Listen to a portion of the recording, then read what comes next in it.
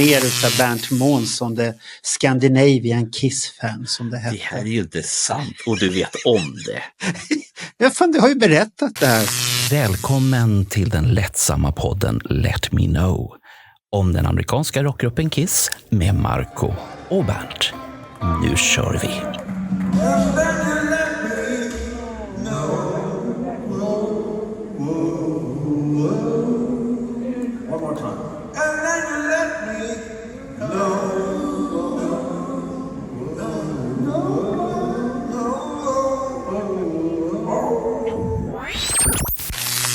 Välkomna till ett hybrisavsnitt med Bernt Månsson.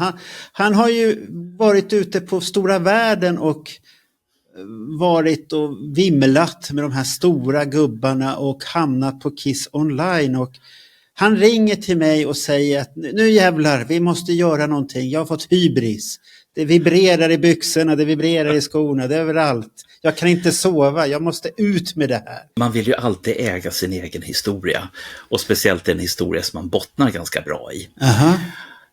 Och ingen skugga över Ken Sharp. Frågan är ju egentligen, varför har jag väntat 45 år med att komma ut och berätta den här historien? Ja, varför vänta? Det där undrar väl många egentligen. Först och främst hamnar du i en garderob som du gläntar och kommer ut lite då och då. Fast du påstår att du har suttit inne sedan 84 till Trollhättans Expo 2017 kommer vi fram till. Eller att du kom ut då. Nej, jag kom ut hos Alexander, hos Magnus Fredriksson. Okej, du kom ut. Ja. Men det stämmer ju inte, den historien har vi ju lärt oss med åren. Du har ju varit ute och gläntat och vädrat dig och varit på Kiss-evenemang. Både ute i världen. Ja. Hot in the Shade. Kiss återföreningsturné 97. Så säg inte att du var inlåst hela tiden. Det här var ett val du gjorde, Bernt. Och, det är inget val om man mår dåligt utav någonting. Jag vet inte om du mådde dåligt. Det kanske är en sån här image du har. Nej. Som rockstjärnor har ju en viss image. Gene har ju sina kvinnor och du har din garderob. Och jag har min ångest. Ja, men tack ska du ha, Marco. Vad fint att du liksom inte bara slänger mig under bussen. Du kör över mig ett par gånger också. Ja, självklart kör jag över. För att jag tycker här ångesten, den finns där. Och ibland du hade ångest för det här avsnittet. Och jag skojade redan med det. Varför har du ångest med någonting du själv har startat? Du vill ju berätta om din hybris och hur fansen ringer dig och stönar i luren, här kvinnan och allt det här. Och vill ha mer utav Bernt Månsson, the Scandinavian Kiss-fan som det hette. Det här är ju inte sant och du vet om det.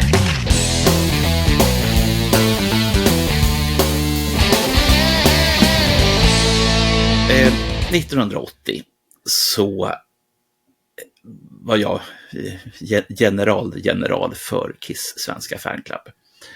Och det fanns väldigt mycket som vi gjorde på den här tiden. Vi hade söndagstelefonsvarare, vi hade på sin tid bra medlemstidningar, mycket fakta som gick ut. Och sen även korrespondenter lite varstans i världen. Så att det var ju liksom på det viset en väldigt aktiv klubb för att vara sin tid. Eller för att citera några av de amerikaner som faktiskt känner till lite mer. De sa att du kommer gilla det här, Marco. Bernt Månsson var före sin tid. Bernt Månsson var före sin tid. Tänk att du var före någonting. Ja. För att oftast tar ju folk och kopplar med det att du är efter. Ja. Men ibland var jag före och då kan jag ju vara efter nu därför att jag var före då. Ja, okej, du kompenserar här nu. Ja, absolut. Okay. Ja, nej, men vad som händer sen är att den nuvarande generalen Niklas hör av sig och säger det att skulle du vilja berätta din historia från 1980? Och min första tanke är, varför då? För att var det verkligen din första tanke? Ska jag säga, Niklas sa till mig, jag har tagit kontakt med Bernt och pratat med honom. Ja. Och han ska göra det där. Shit, nu är han ju kung på marken. Nu är han kung där. Han kommer dansa bananas hemma för att han älskar ju att synas. Han älskar att stå på frontlinjen och vifta med sin flagga och sådär. För det där är någonting, du försöker skapa den här mjuka Bernt. Fast det finns en Bernt som vill stå på barrikaden och skrika, här är jag. Så att det där går inte, jag köper inte riktigt. Nej, jag har lärt känna dig under de här åren, så är det en helt annan Bernt. Och jag tror inte de flesta förstår den där Bernt som älskar att stå och ofta får hybris. Fast det här är ju inte sant det heller. Jo, det är sant, för du får hybris. Därför att det som jag insåg var att här är jag tvungen att prutta fram en vecka ur mitt liv när jag var nästan 19 år. Och det är 45 år sedan i höst. Ja, men det är väl inte så farligt?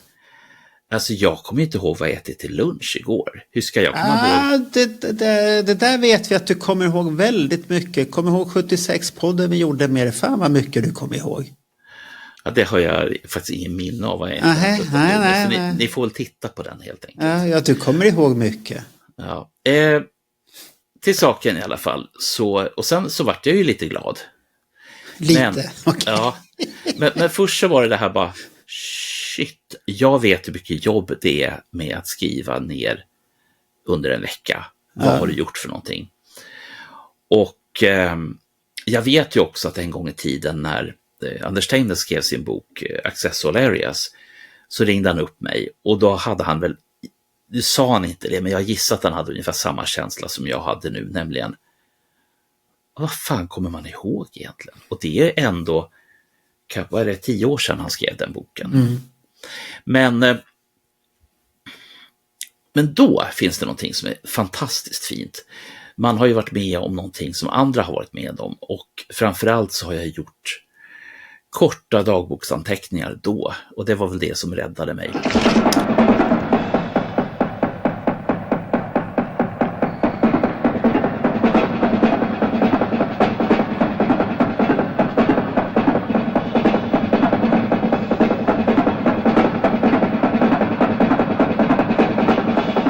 I'm Paul Stanley. I have been for a while. I'm Eric Carr, the new rookie. Space Age Fairley, looking at you. Gene Simmons.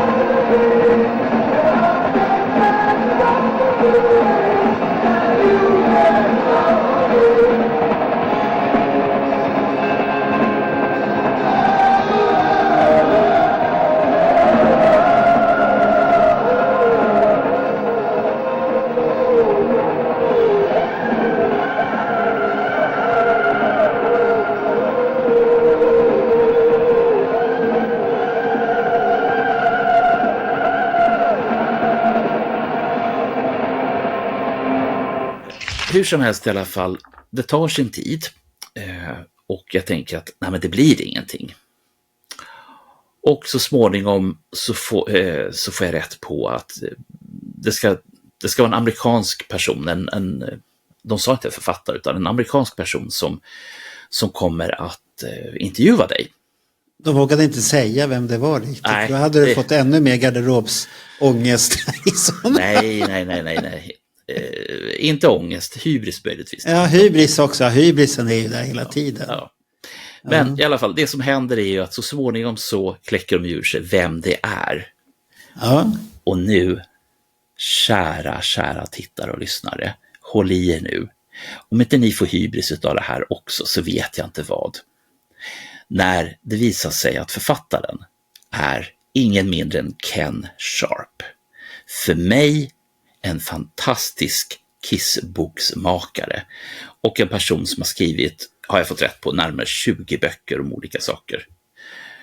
Men framför allt så har han skrivit 2 stycken tunga jävla biblar om Kiss. Kommer du ihåg vad du gjorde när du fick veta det där? Att du skickade ett meddelande till mig. Det är Sharp. Och jag bara, vad fan pratar du om? Skrev jag för något sånt där liknande. Och så ringer du och säger, det är han som ska rätta min text. Det är han som ska skriva texten utav min berättelse. Det är jättestort. Och jag bara tänkte, nu lugnar vi ner oss, Bernt. Du ska bara skriva en text till en webbsida. Ja. och sånt där. Men det är ju jätteroligt, ja. Hur mycket vill de ha? Vad vill de veta? Det hade du ju skräck för också. Det kommer jag ihåg att du pratade om. Så att jag trycker iväg gissningsvis i första vändan efter jag suttit ett par dygn faktiskt och skrivit på det här. Och så skickar jag iväg och jag tror att det är runt 60 000 tecken. Och hur mycket det är, ja, det är mer än vad ni tror i alla fall. Ja, 60 000 tecken är väldigt mycket. Ja, och jag vet ju också att allt det där kommer man inte använda i textmedia. Men så tänkte jag att det här är inte min sak utan det här får ju bli Ken Sharps huvudverk. Och sen efter det så blir jag ombedd att komplettera vissa saker. Och sen så snubblar vi över den legendariska presskonferensen i Oslo. Den som jag spelade in på plats. Jag spelade också in den i Köpenhamn. Den i Köpenhamn är bara borta. Jag har inte sett den någonstans sedan den lämnade mitt hem hösten 1980. Jag lånade ut den till någon. Aj. Ja. Men på gott och ont så finns ju Oslo presskonferensen. Ja, och den är ju rätt så bra kvalitet faktiskt. Ja, den nya versionen som ligger ute är det. Någon har varit och pillat i den. Och då är vi uppe i ungefär 90 000 tecken. För den där jävla presskonferensen är ju lång så in i... Det är en halvtimme. Det är ovanligt mycket för att vara en presskonferens. Det är väldigt bra frågor som ställs. Och sen så vill de ha mera kompletteringar. Så vi är uppe i 100 000 tecken. Och det hör ju... Jag fattar ju att det här kommer aldrig komma med. Och sen så ber de att få bilder. De ber att få mer bilder. Och så ber de att få lite fler bilder. Aha, okej. Oj. Och sen berättar Ken för mig att vad de hade tänkt sig från början, det var en liten artikel på 500 tecken. Och 500 tecken, det är sådär mycket ungefär. Ja. Det står, skandinavisk tokig man med hybris träffade Kiss för jättelänge sedan. Han kommer ihåg någonting. Ja. Men... Och då fanns det diskussioner om ska de ha de här som en följetong. För jag trodde att den här skulle komma ut i hösten när den här turnén firar sina 45 år. Nej, den skulle ut nu när Unmasked var ny. That pesky photographer keeps trying to catch Kiss off guard. Ace and Peter are intercepted. Hey kids, look this way! Nuts! Then he tracks down Paul at a restaurant. Come on, shucks! Hey Gene, over here! Darn! But Kiss has the last laugh. Kiss Unmasked, the all-new album on Casablanca Records and Six. Kiss Unmasked. Available at Budget Tapes and Records. Det blir mycket klippa. Och jag vet ju vad jag har skickat till Ken. Och jag vet vad jag fick tillbaka utav honom. Och jag säger så här. Goosebumps. Så mycket gåshud på hela kroppen samtidigt. Den mannen. Han kan skriva. Jävlar i min låda vad han kan skriva. Och han kan ta min högst anspråkslösa text och trolla till den så den blir jättefin. Och det är den texten ni kan se på Kiss Online.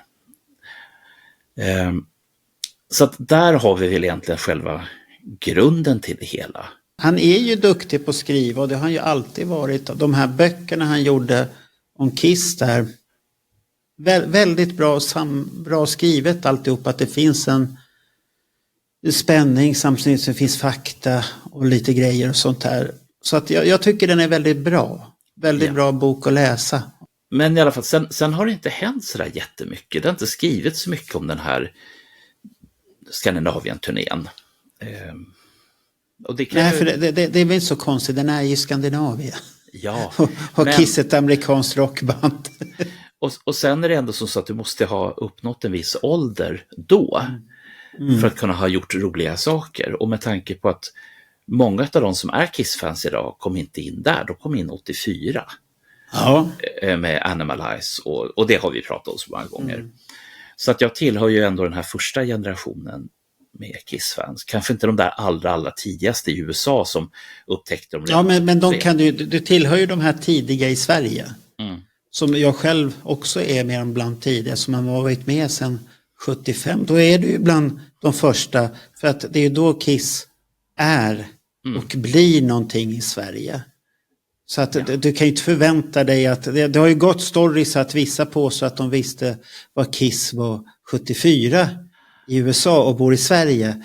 Det köper inte jag, och det är väl ingen som köper den historien. De som vet vem jag pratar om, de vet vem det är. Och det blir lite löjligt för att, det när vi kommer i kontakt med Kiss, det är ju via, vad heter de här, Tiffany, poster och sånt där. Och när kom de bilderna? Ja, det är enkelt att se när det kom. Så att och Starlet hade väl också sån här, någon Kiss-fan-bild där också vid samma veva.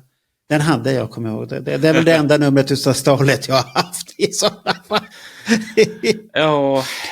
Någon ska ju vara det också.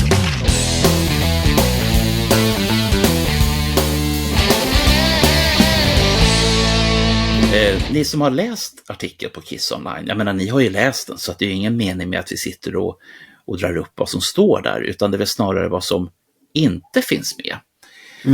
Och det handlar ju framförallt om bilder. Jag fick ju hjälp utav några stycken som jag då har dels gett cred på min egen wall, och sen även så får de cred i artikeln. Jag tycker att det är det.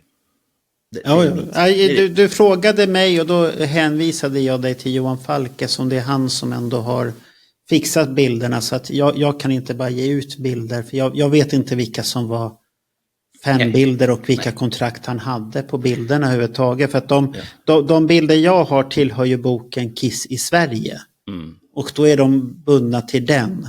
Tack vare Johan Falk, Anders Palm och några till så löste det här sig väldigt, väldigt bra.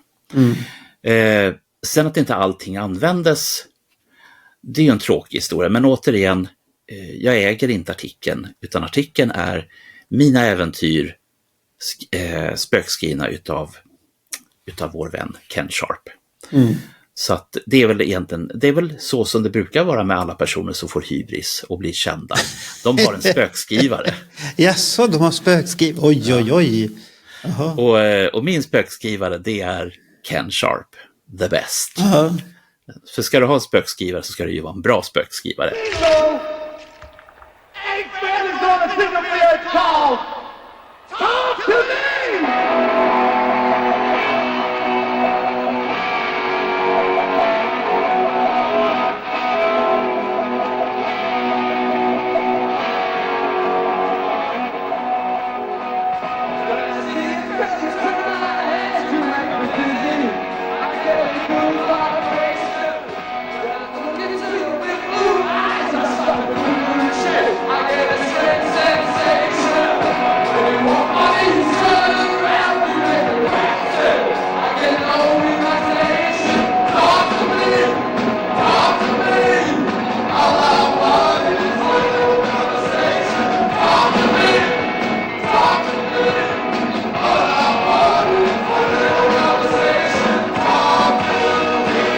Och man börjar ju den här historien i artikeln redan 79, för man ville ju få med att jag var den första på sin tid som faktiskt fick ett okej utav Kiss att driva Fanclub. Men är det fel i artikeln, eller säger han att du är redan det, eller vart du 79? Jag var 79. Vart du inte 76 någonting? Nej, då var det mest det här bara, vad trevligt med någon som har en fanclub. Vad trevligt. Simmons och de övriga på Coin tyckte det var trevligt. Okay. Men jag kom till ett visst läge som jag kände att det vore ju bra att ha någon slags stamp of approval, helt enkelt ett formellt godkännande. Ja. Och först så ville de ju inte det, därför att de sa det att, är du medveten om att Kiss är en miljonindustri? Ja, så kan det vara. Jag tror inte jag fattade då i alla fall. Nej. För vi hade ju inte så mycket grejer kring Kiss här. Det var ju den här berömda bilen, och sen var det väl någonting med dockorna hade kommit också. Jag kanske inte riktigt förstod innebörden, men jag förstod ju vad de sa.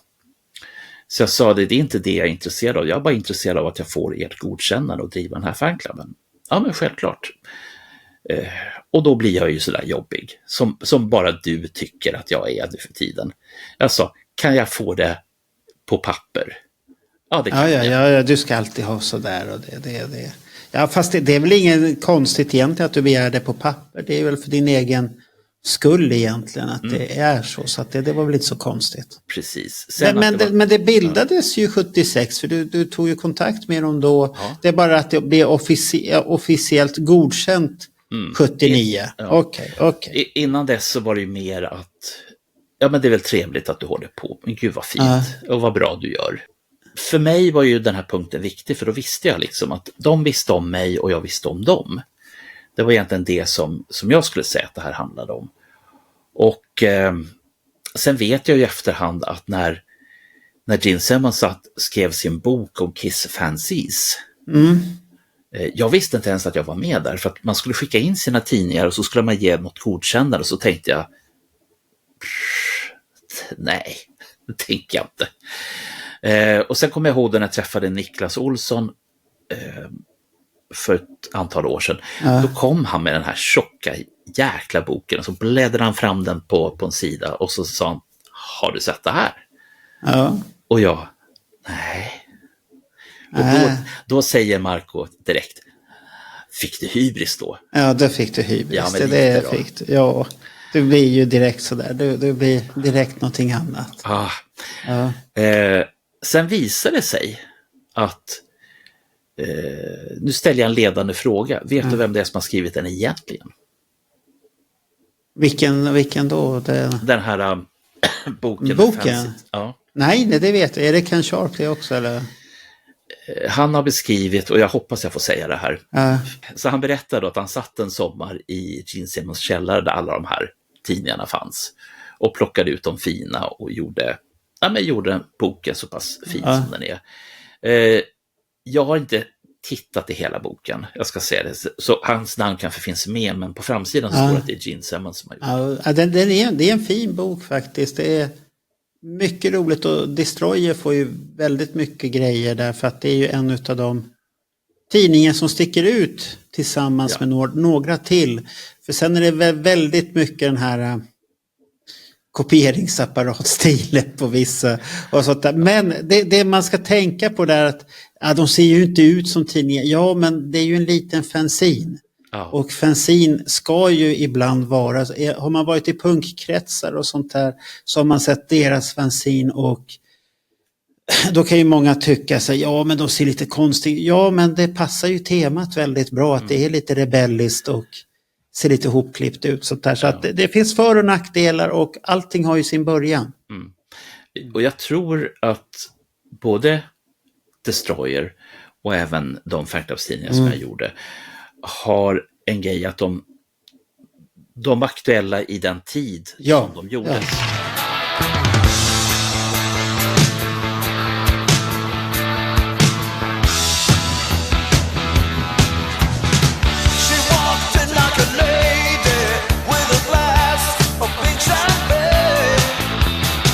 I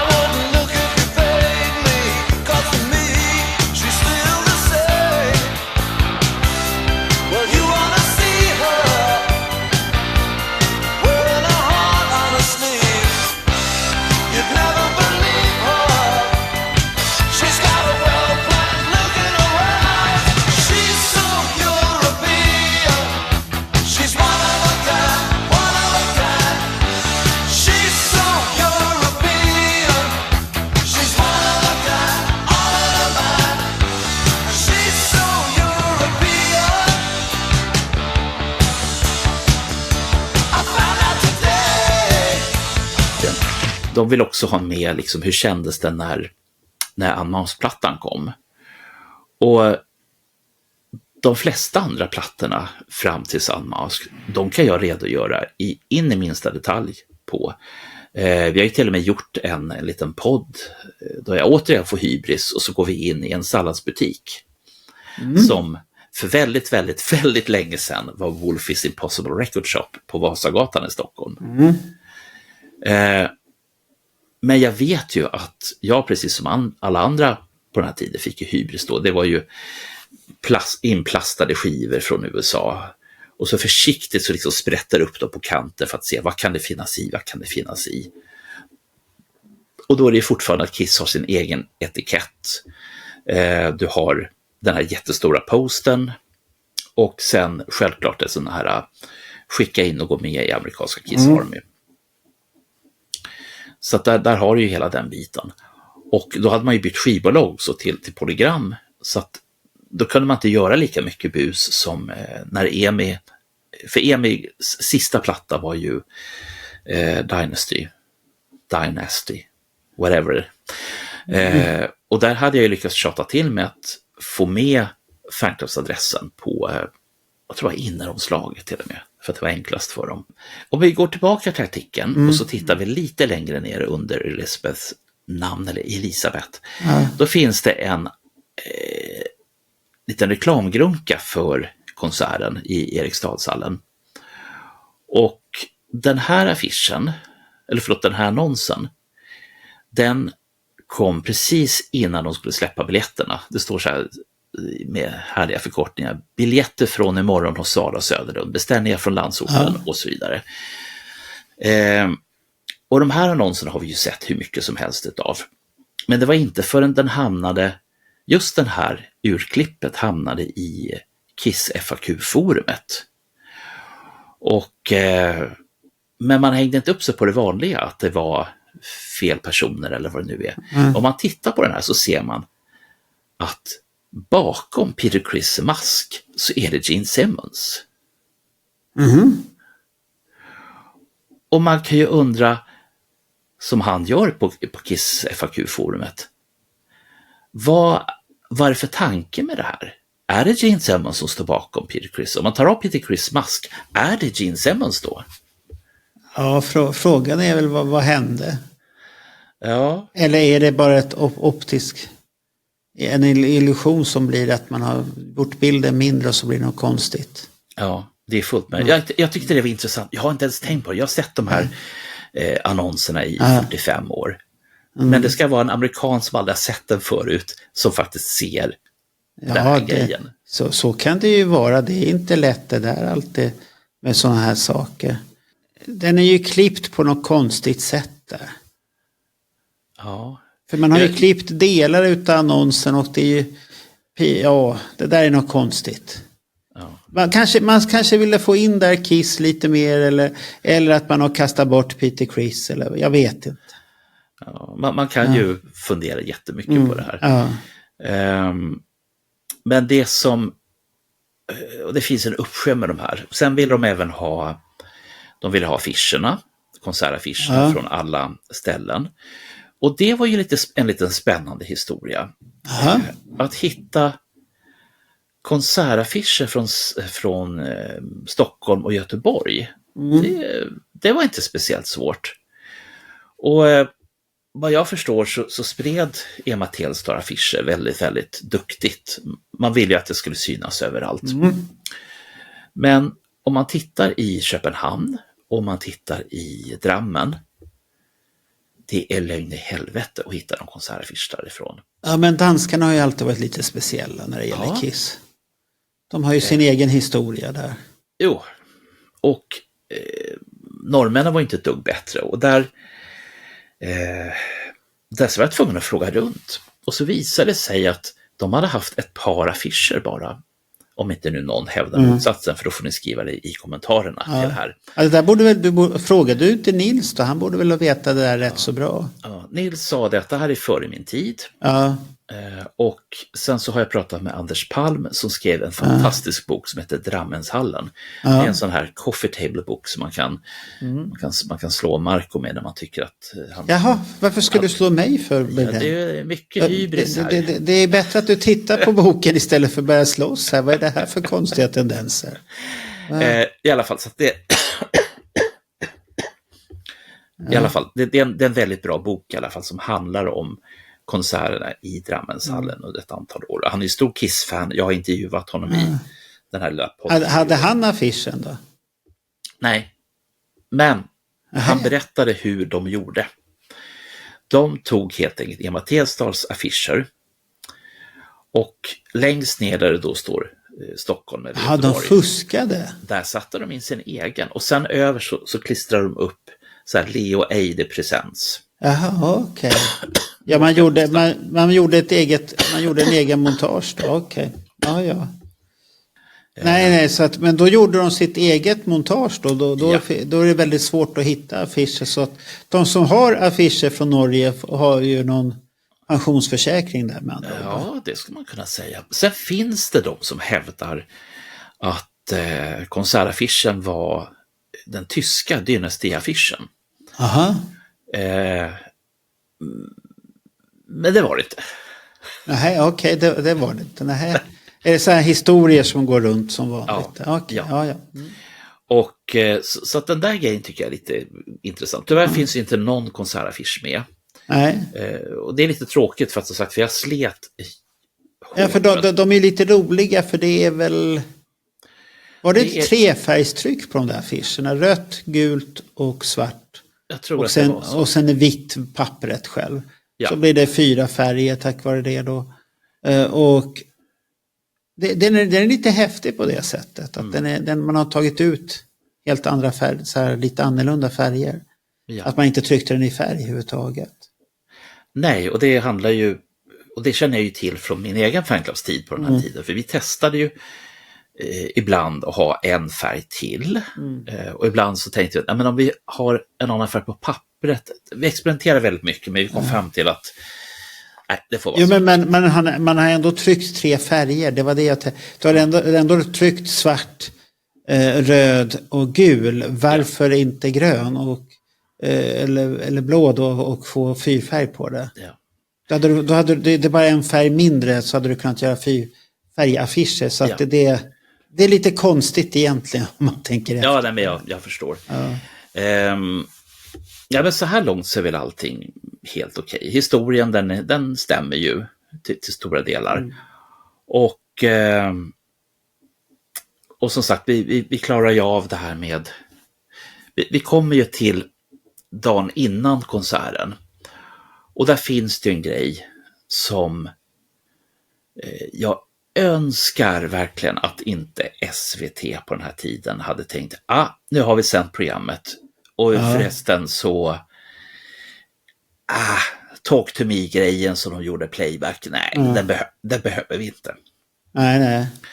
Och tårtfighten så efteråt, nej, den behöver vi inte heller. Nej. Utan det här finns ju bara i de här 4:s huvuden, i Helen Bennos huvud, i Helen Bennos lillebror som bodde hemma, och så Heikki Harju. Oh, thank you, please. I show you this. I've found people who look almost the same as you do. That's my brother. That's not me. That's my brother. What do you say about this? That's an African tribe. I know that. That's an interesting picture. Family portrait. What is it? Look at his swan. Jesus. That's me, Star Child. That's great. That's my wife. Yeah. Star Woman. There you have the lipstick on. So where do your masks come from? Africa. They really do? No. They stole it from us. A couple of years ago, when we first started becoming famous, other bands came out with makeup too, to try to copy us, or they thought that it would be an easy way to become famous. But you can't copy us because we're sincere. You know, this is really us. I feel like this. We all feel like the characters that we're dressed like. Right now we're sitting here without makeup. When we go back to the hotel, we put on makeup. som, jag vet inte fan hur han lyckas få komma med på den här tävlingsspelningen. Men Han var mer effektiv än du då? ja.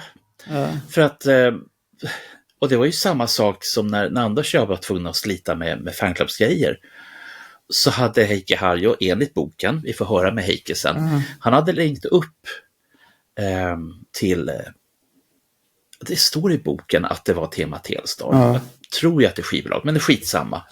Så han lyckas mygla in sig på presskonferensen, den som inte jag och Anders kunde vara med på. Nej. Den som du inte visste om heller egentligen. Precis. Nej, det var 82 presskonferenser du inte visste. 82 var ju... Visste du inte om att det var en konferens? Nej, alltså? för det var det fick jag på dagen efter. Jag tänkte, Och du skulle vara president. Ja. Shit happens. Men med Heikki i alla fall. Och det som också skulle vara jäkligt intressant, det är att komma över någons originalintervju. Jag tror inte att Heikki har den kvar. För Heikki ställde massa frågor random till de olika personerna. Och i första hand då Terry Carr. För de fick ju någon slags känsla för varandra. Och vi har vi har inte kört de här snuttarna. Det har vi inte gjort. Jo, jag tror jag känner igen den där. Eller så var det från Oslo.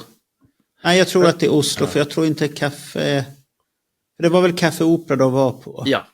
Jag tror inte vi har...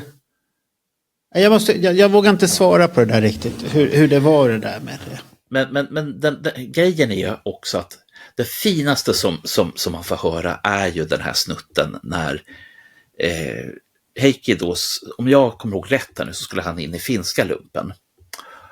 Och det var han inte så himla pigg på. Och så får han feeling och ställer frågan till Ace Frehley: hur ska jag klara mig ur militärtjänsten? Och svaret är ju: it's golden. This is Ace Frehley coming to you from Stockholm's best radio station. It's spaced out, yeah. And this is Eric the Fox from Kiss on Stockholm's best radio station. We'll be seeing you soon. This is Paul Stanley of Kiss on Stockholm's best radio station. People get crazy sometimes backstage, so we have to limit the amount of people, unfortunately. A lot of times you don't have time to pick the people that you want to let come in and want. You just have to say no, everybody go back, you know. So sometimes there's people that you want to come in, but then they don't get in. I'll tell you the situation, like Ace was saying, I'm in a very awkward, you know, there's a lot of pressure on me because I didn't know how the fans were going to take to me, you know. But like Ace was saying, you know, everybody's been so great to me. They make me feel right at home right away, you know. And it's because Kiss fans are so loyal, you know, they love Kiss, you know, and I guess they feel that if I'm there, then I'm okay. I'm a part of it, or else I wouldn't be there, you know, and that's great. It's not that if we accepted him, they accept him, you know? And the girls at the disco accept him. And the girls at the disco accept. Så berättade jag för Ace att jag skulle in i lumpen, och då gav han mig ett gott råd att hur jag skulle slippa den. Crazy, maybe they let you out. That's how I got out. I was too spaced out. Och Frehley säger ju helt enkelt: ja, men gör som jag. Var konstig. Be weird. På YouTube så finns en klippningsversion av den här. Ja. Sen har ju intervjun sänds i vårt hårdrockprogram Heavy Metal Heaven. Och det var hösten 80. Men, och den finns också på sina källor, och den är lite spännande för att då har man bytt ut Heikkis röst mot Anders Tegnells röst. Därför att Heikki var lite sådär: nej, men jag har inte så bra röst. Jo, det har det visst, sa vi. Nej, men kan inte någon annan prata in intervjufrågorna? Och då säger Anders: jag kan göra det. Så att det finns en version som är ute, som är en 4-5 minuter lång, som finns i vissa kretsar. Men jag skulle ju vilja höra igen hur det här lät. Jag satt ju i studion då när vi körde Heavy Metal Heaven och hade en sändning som handlade om de här intervjuerna som Heikki hade gjort. Jag tycker att det är makalöst häftigt hur man liksom kan bara ljuga in sig på en presskonferens.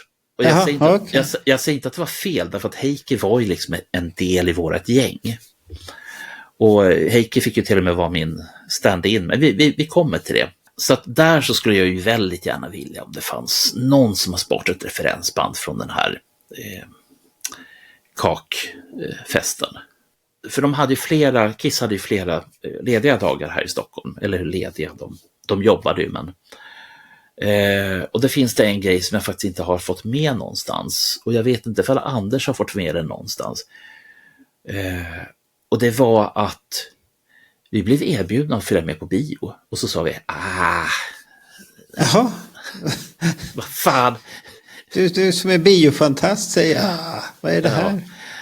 Jag tror att jag tänkte så här, det är på gamla Filmstaden som låg i samma hus som Space Records. Och den Filmstaden, nej. Nej, men vilka skulle du ha gått med på bio med då? Tegner, mig själv och sen folket runt Kiss. Då skulle du gå på bio. Ja. Och så tyckte vi liksom bara, nej, gå på Filmstaden. Anders också? Ja.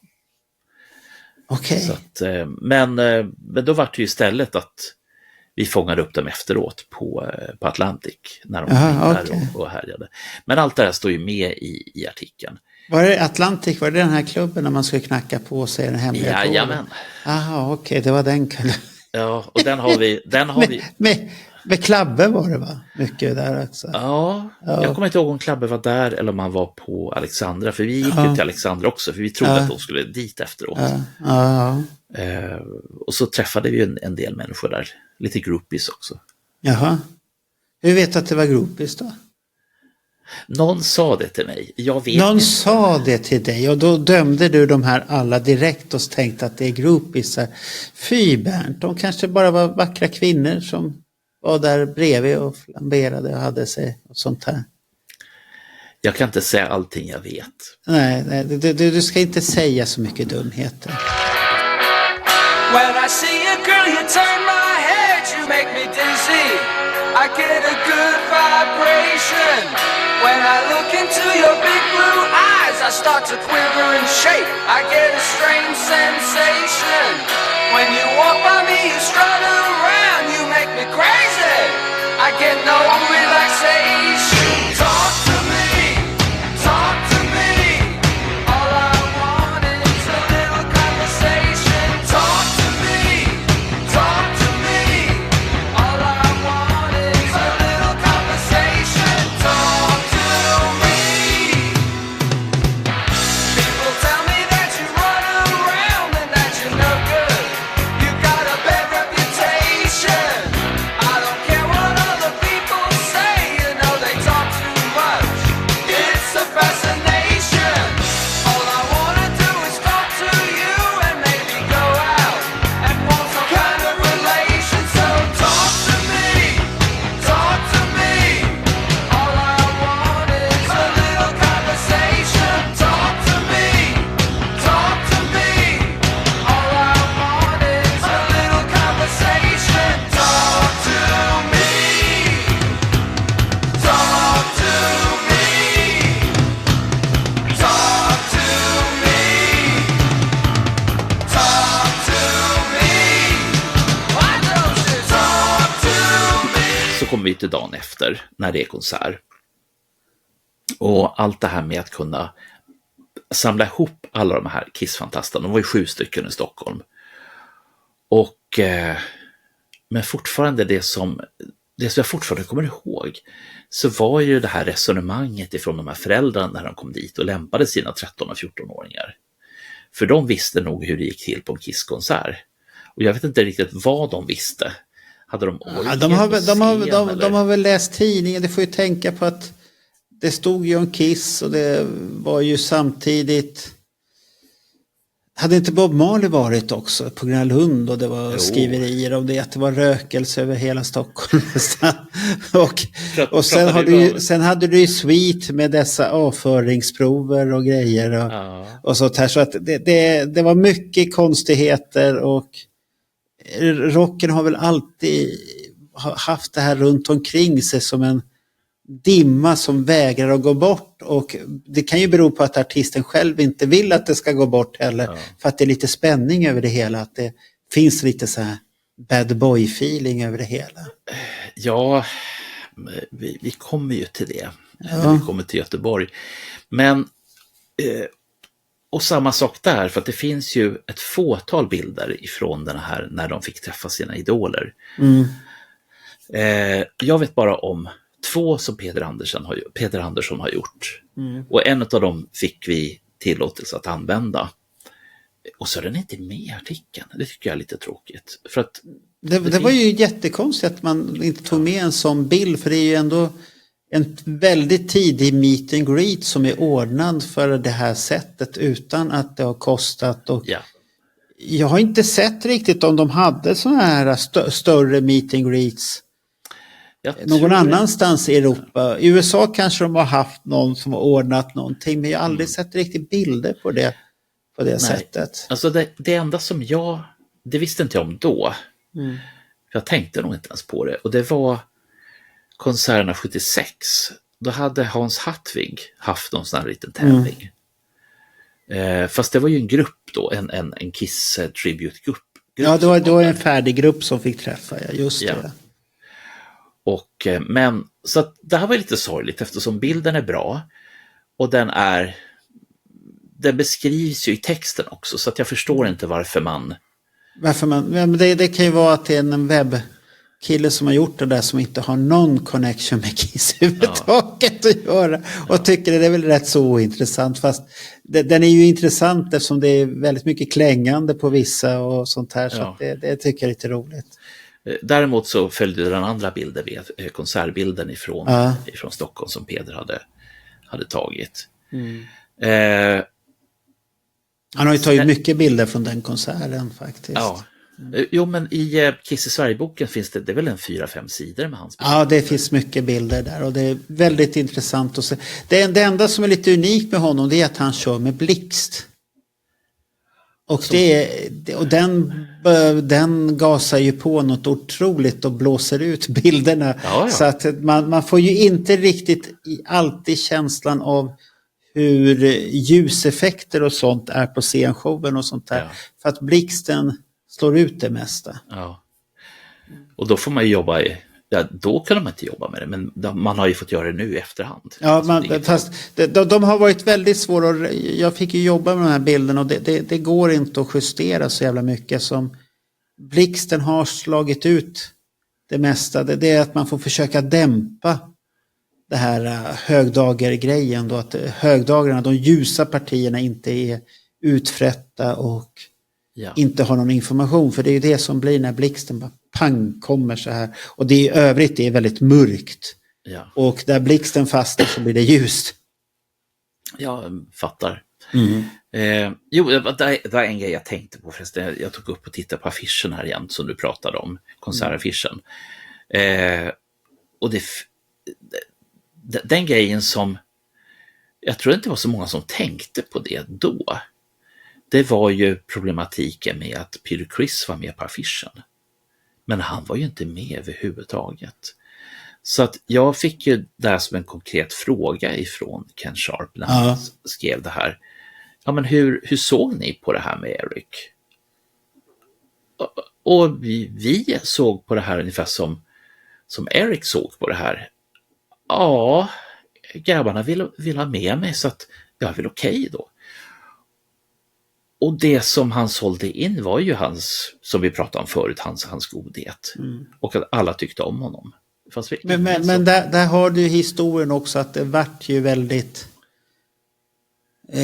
komplicerat med Peter Criss, och det stod väl lite här och där, men inte riktigt i klartext kanske alltid, men att det var någonting. Så att chocken att han lämnade Kiss, jag tror inte den var så stor chock. Det var väl med ungefär, okej, nu lämnade han Kiss och sånt här, men han var ju inte på topp. Vad man läste, vi hade ju inte sett de här filmklippen som kommer sen, och det vi får höra, det hade man inte riktigt sett då. Det kommer ju efteråt, så att vi matades utav det som tidningar skrev, och tidningar skrev ju det Kiss sa. Ja.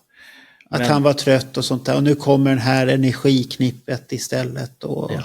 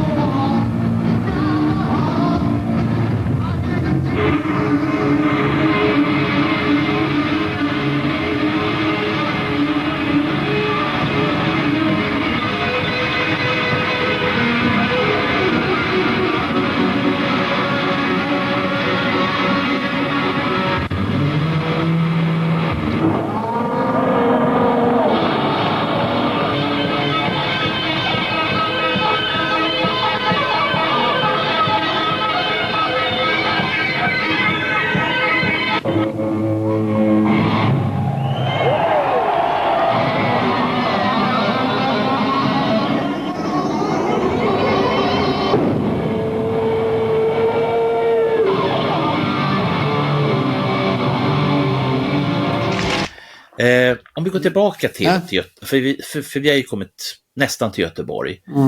Och sen det här är ju svårt att beskriva en artikel, men det här jävla meckandet med gå med i Kiss Army-lappar, man ska ha med sig saker till Göteborg, inte bara sig själv, och sen det här när man är så pass unga som vi åkte ju standby, för det fanns ju på den tiden.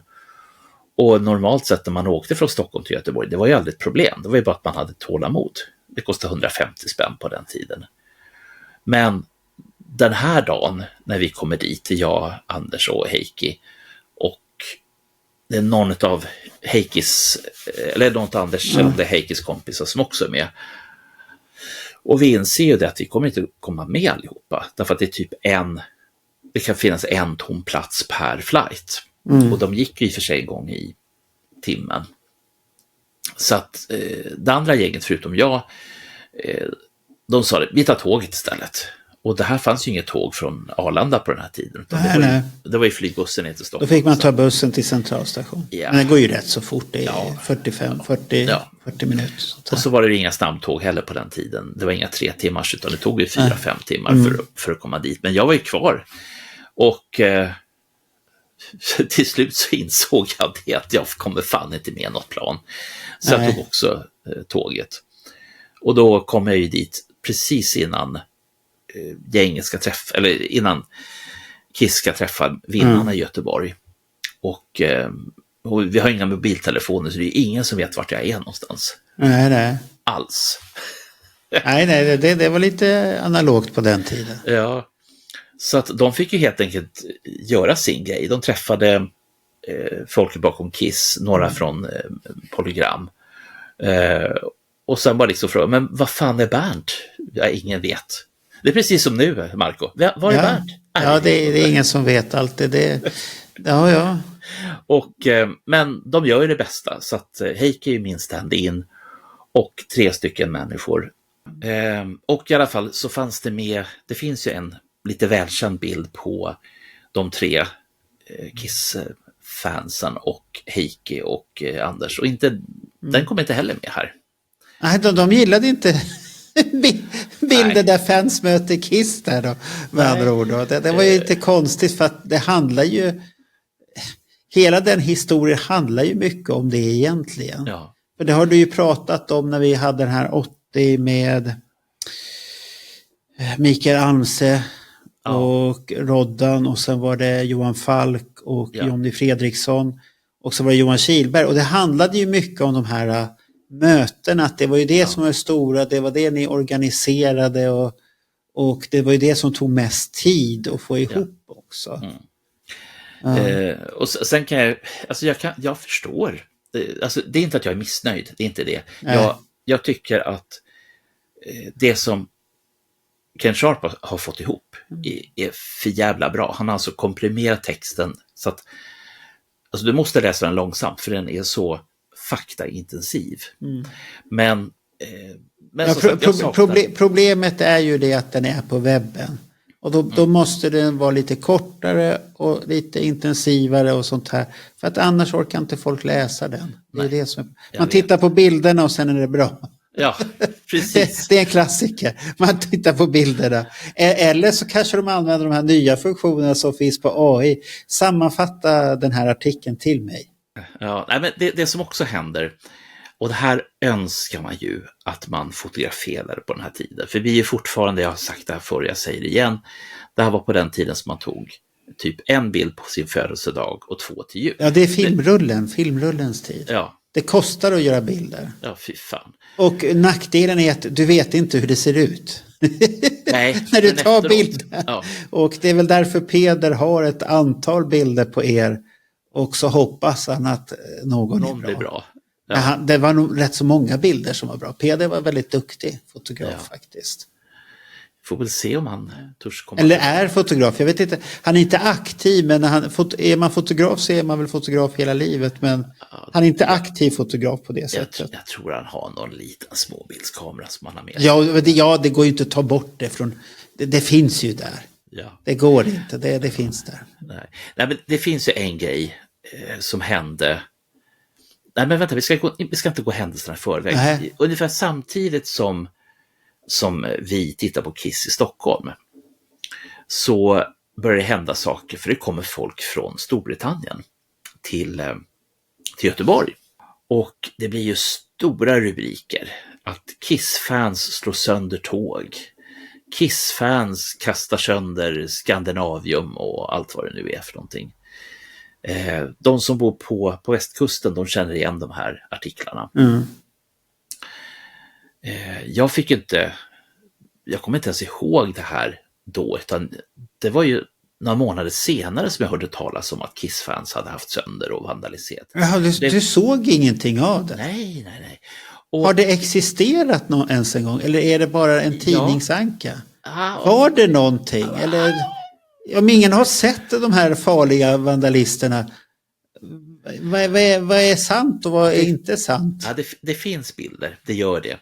Ja, men vad var det för bild? Så sönderslaget ut, eller har man kastat ner bara en stol så här och så ser det lite dramatiskt ut?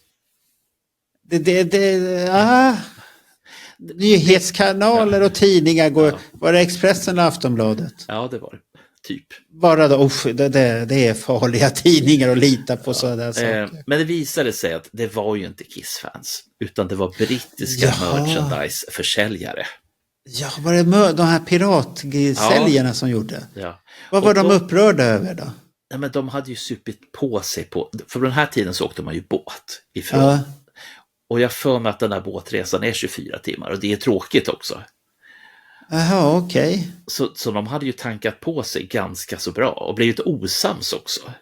Både på båten och Göteborg. Okej, de tyckte inte om... De var först vänner och sen märkte att fan, vi är konkurrenter. Ja. Vi bråkar om samma plåtbord. Ja, det är inte bra, då ska man inte supa. Nej men... Då blir det fel. Ja, nej, men så då kommer kniven fram. Ja. Så jag skickade med några sådana här klipp också som inte... De kom inte med, men däremot så finns det... Ja, de vill inte ha med så negativa historier. Nej, utan vad de gjorde var att de tog ett gäng sådana här och satte ihop dem. Så att du har... Som ett collage där. Ja, man tittar i artikeln till exempel. Kiss är en bluff och så en recension på plattan Unmasked. Det finns på samma så är det Aftonbladet som har intervjuat Kiss i Stockholm. Och jag tycker om rubriken, skulle vi vara farliga? Ja, det är... Ja. Och så under Kiss, sex, våld och jubel. Ja. Det där är konstigt. Sex, våld. Först är det sex, sen slåss vi och sen hurrar alla. Hurra! Ja. Det är vilken jävla rubrik. Ja, jag ser. Eller är det att de sjunger om sex, våld och så och publiken jublar? Det är nog så de tänker sig. Hur ska jag kunna veta det? Jo, och sen hade jag även skickat med en till artikel, eller 2 artiklar, som handlade om det här som faktiskt står att Kiss inte fick bo inne i stan. Och det här tar vi upp i, vi har ju ett poddavsnitt som vi har gjort tillsammans som heter Sakta vi går genom stan, som handlar om Göteborg. Där vi pratar både sex och våld. Ja, vi pratar om Kiss, det är väl Kiss som är temat, men för dig var temat en halvspecial. Det var jakten på halvspecial med Kiss-tema. Vänta ett tag här nu. Vem var det som hade grävt fram att Paul Stanley hade hyrt porrfilm och en moviebox? Nej, inte porrfilm, det var någon film han hade hyrt. Ja. Inte porr, det sa vi ingenting om att det var porrfilm. Vi chansade på Tom Sellecks Runaway, men den hade inte kommit ut då ännu ens en gång. Så att det var en dålig chansning. Ja, och det var inte 80, för då fick de ju bo på Ramada Inn. Så jag skickar med två artiklar. Dels så handlar den ena, om jag kommer ihåg rätt, handlade om det som vi har pratat om också, nämligen Nina Hagen, att hon rökte brass i Stockholm, inte i Göteborg, i Stockholm. Och sen finns det en artikel till som finns med där man visar upp alla de här syndiga artisterna som håller på med våld och sex. Och... Ja, men det här var ju Sverige i chock. Det börjar komma influenser som inte vi förstod oss på riktigt. Och Eller de äldre inte förstod sig på riktigt. Och det sköna i den här artikeln är att Kiss finns med allra längst ner och då är det en bild på Peter Criss som inte ens är där. Stackars Peter Criss. Vad hade han gjort för någonting? Ja, men han hade väl hållit på med sex och droger. Ja, droger, ja men stackarn, han var ju oskyldig. Han hade ju inte gjort någonting sådär. De var ju inte så farliga på det sättet. Ja. Och sen finns det en liten kul sak man kan fundera på. De flesta vet väl om det här. Ja. Det finns en biljett med i artikeln. Okej. Och det som är intressant är ju att det var sittplats på den här tiden. Aha, just det, rad 19. Ja. Sektion C, plats 35. Ja. Och vad hände med de där stolarna efter att Iron hade spelat? Jag tycker det är bara fascinerande att biljetten kostar 65 men det är en förköp på 2 kronor. Ja, det kostar mer nu, Marco. Det kostar mer. Det där kan man ju säga så här. Vad är det för avgift förköp? Jag handlar och stöttar konserten innan, men jag ska straffas för det och betala 2 kronor extra. Det hade väl varit att du köper biljett på konsertdagen, ja då får du betala 5 spänn extra för att du har inte stöttat bandet innan. Det är jättekonstigt. Sen finns det en väldigt spännande rad i mitten här som inte skulle funka idag. Rökning endast tillåten i foajéerna. Ja. Det var annat på den här tiden. Ja, så att det är... Och sen får man inte pengar tillbaka för biljetter. Nej, det är dumheter. Fast det var bara 65 kronor, det är inte mycket. Ja, vad var det kostar Stockholm? Det står på biljetten där också. 60 kronor, det var billigare i Stockholm. Det var billigare, 60. Ja. Och där är det ingen förköp. Nej. Fy fan. Och vet du varför? Nej. Därför att det var Svala Söderlund som sålde dem. De tog ingen avgift för det. Hur tjänade de pengar på det där då? Ja, kanske på mig. Jag köpte ju 250 biljetter. Och på Stockholmsbiljetten får vi ju reda på också att Iron Maiden är förband. Ja, med logga dessutom. Ja, med logga. Jag såg det. Loggan såg fin ut där. Medan det inte är på Göteborgsbiljetten. Den är lite tråkigare. Det här Stockholmsbiljetten är lite finare faktiskt. Med lite kisslogger och grejer och sånt här. Ska vi se vad man inte får ta med sig in här. Flaskor, burkar, brandfarliga ämnen, fyrverkeripjäser, bandspelare, filmkamera, vanliga kameror. Alkohol. Ja. Men det här ordet fyrverkeripjäser. Vem tar med sig fyrverkeri? Tänkte de på fotbollshuliganerna där då? Ja, att Kiss-fansen skulle väl, de här som går på konserter är likadana som vi har med oss våra egna bengaler och allt möjligt så här. Gör en tifo innan showen börjar. Det skulle vara häftigt. Man gör en hyllning till bandet innan bandet kommer in. Ja. Man bränner av allting. Jo. Men bandet ser inte det för de sitter i omklädningsrummet och väntar på att få komma ut. Sen det som händer, och det här är ju välkänt för det här laget, det var ju att på söndagstelefonsvaran så hade jag pratade med Anders innan vi talade in den. Och så sa det att, ska jag berätta vilket hotell vi är på? Ja, men gör det. Det är väl kul ifall någon kommer hälsa på. Åh, vad bra, sa jag. Så sa vi det. Kom och hälsa på oss efter konserten. Ja, då var det ju mycket folk där helt plötsligt i ditt rum. Det var hur tänkte du där egentligen? Var det hybrisen som kom där egentligen? Att nu är Bernt stor. Han är El Presidente och Kiss of Sweden. Nu jävlar ska sviten vara full med Kiss. Vad tänkte du? Eller var det din egen groupie-dröm som slog in? Nej. Eller? Vad var det som hände? Nej, men det handlade om en slags godhet. Jag menar, här hade vi då låtit fansen få träffa Kiss. Och då var ju självklart ska ju medlemmarna i Kiss Army Sweden få träffa fanklubbspresidenten. Det är ju, hade det inte räckt att ni hade stått utanför hotellet och träffats eller foajén eller något sånt där? Ja, varför var de tvungna att få komma in i det heligaste där? Hur tänkte Bernt? Jag vet inte. Jag vet bara att jag tänkte. Vad gjorde ni där inne då? Nej, vi pratade. Alltså om Kiss, om konserten och hur det var och, Okej. och hela den biten. Och sen så kommer Tegner in. Var fick ni plats allihopa? Jag hade fått ett stort rum. Ett stort jävla dubbelrum. Du hade ett stort dubbelrum. Ja. De visste att det här är mannen med hybris. Han måste ha stort dubbelrum. Han ska ha fans på rummet. Ja, nej, men det var ju ingen som... För det första visste jag inte att vi skulle få ett stort rum. Nej. Det var tur det då.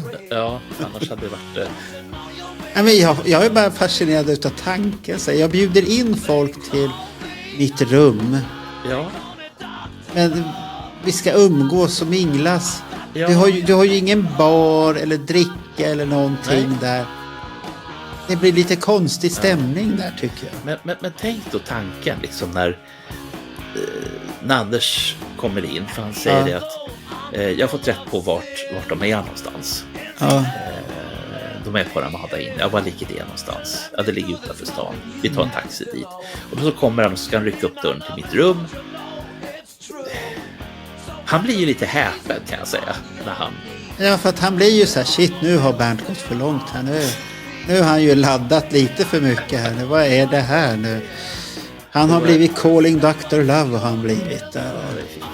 Nej, så att det där kanske inte jag ska göra igen. Det kan jag ju säga. Men det lovar jag mig själv redan 1980. Det där gör jag inte. Ja, du gör inte det till Trollhättans Expo att kom till rummet. Det räcker att man är i foajén, Bernt. Det räcker. Ja. Jag får inga tankar ens en gång här nu att du ska återuppleva någonting och sånt där. Nej, Bernt. Det räcker. Får jag igen eller så träffar du folk på Expo där. Det räcker gott och väl. Ja. Jag förstår. Nej, men det som hade varit intressant det var ifall någon tycker jag borde haft en kamera. Någon av de här 50 personen och plåtat det här. Jag har aldrig funderat på att de kanske också var i chock allihopa. Vad gör vi i det här rummet? Det är fullt. Hur många var ni i rummet? Har du kommer du ihåg? Ja, 50-60 ungefär. Någonstans där omkring. Vadå 50-60 stycken? Ja, men tänk att det är inte ett tänk att det är en minisvit. Tänk dig den storleken. Men det kan ju inte vara ett 50-60 stycken. Det är ett stort jävla rum det här. Men hotellet kan vi inte vilja släppa in så många. De måste ha blivit förbannade på dig. Ja, men så här var det. Att när vi kommer dit, jag tror vi hade åkt taxi från Skandinavien. Jag är inte helt hundra. För det här hotellet låg vid Järntorget. Det finns inte längre, det är rivet. Jag har försökt att hitta det. Ja.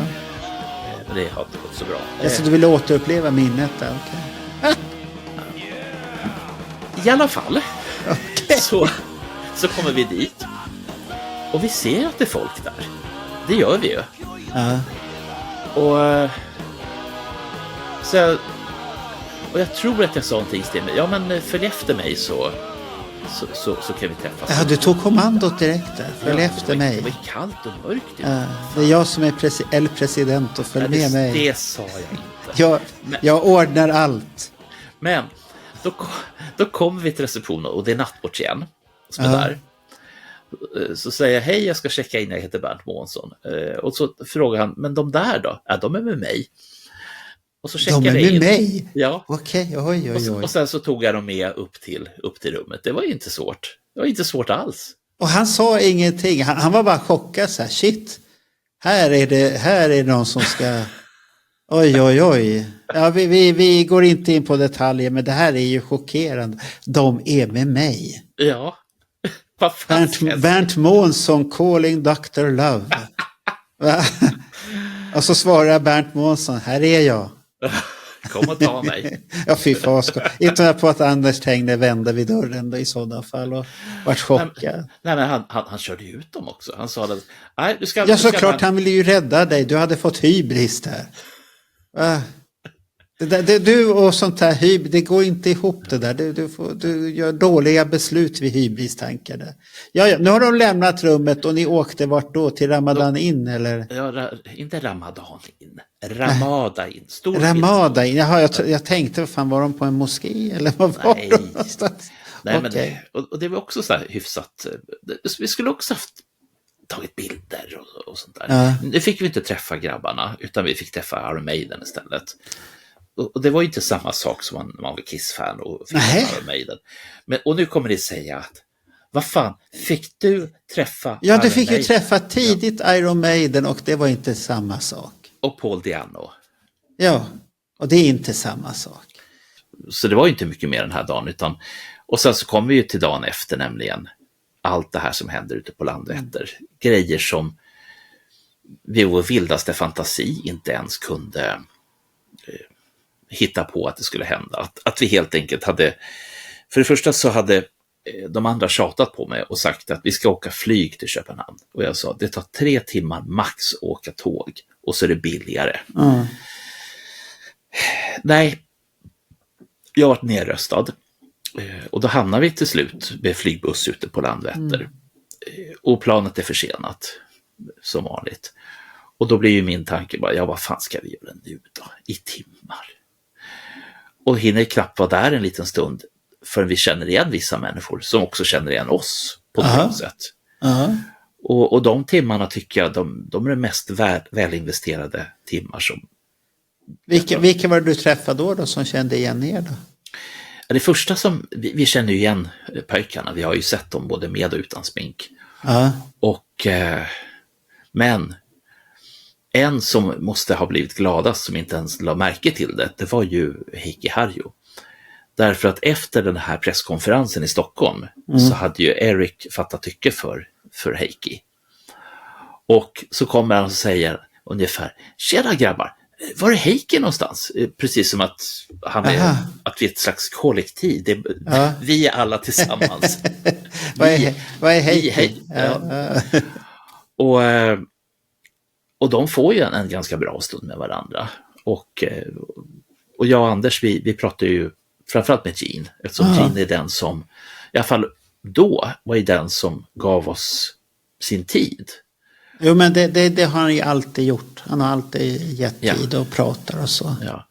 Och vi pratade om fanclubstidningar, vi ville ge honom nya fanclubstidningar och sånt, men de här har jag ju redan fått.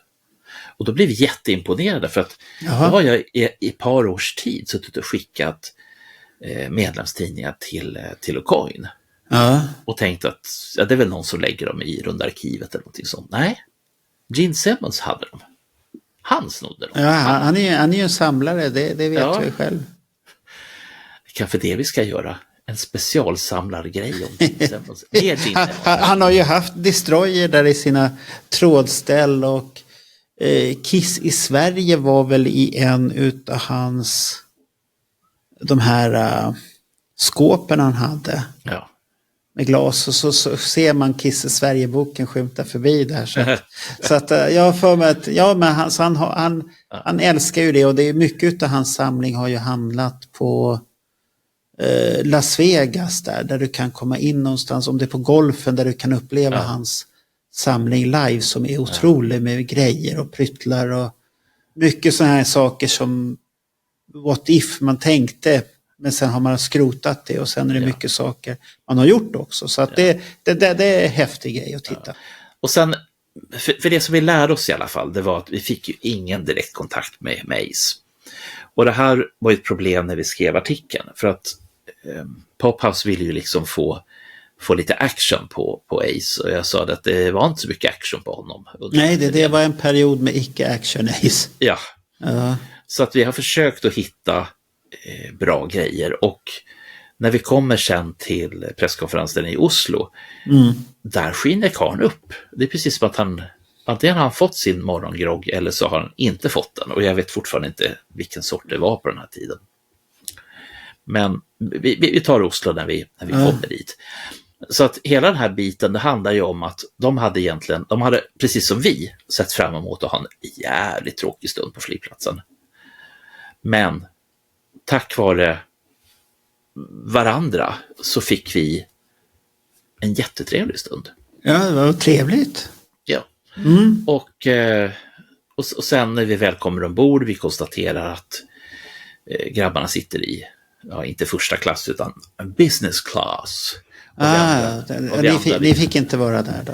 Nej. Vad hade vi betalt för det? 250 spänn på det. Det var ju mycket i alla fall. Men, så kommer det ändå någon sån här liten dåre, någon liten skuttig sak sminkad som räv, sticker in huvudet liksom i våran gång och säger: är ni kända? Kan jag få er autograf? Och så hihihi, och så springer han vidare på muggen. Jaha, okej. Och så kommer han tillbaka och så: har ni papper och penna? Kan jag få er autograf? Men gå härifrån. Ja, det kommer du ihåg. Ja, det kommer jag ihåg. Ja. Så att, vi får se när vi någon gång pratar med Heikki. Han har fler historier, för det var ju vi har ju pratat med Heikki att vi ska göra ett reportage, för att du har ju varit dåligt att ta kontakt, så att jag föregick dig och tog kontakt med honom direkt och sa så att Bernt har lite svårt att ta kontakt med dig.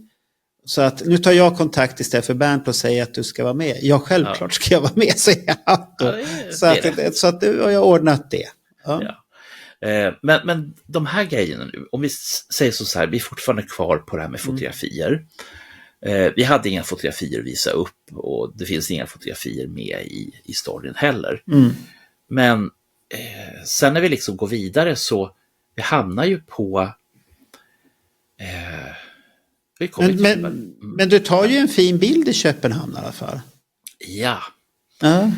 Och det här är en så här märklig grej som händer med, för att jag har ju liksom laddat. Jag har en bandspelare med mig, jag har en mikrofon, en sån här jävla som man kan dra ut. För jag tänkte att det var genomtänkt, för då behöver man inte stå så jävla nära. För vi var så himla försiktiga, vi ville inte vara i vägen för andras upplevelser.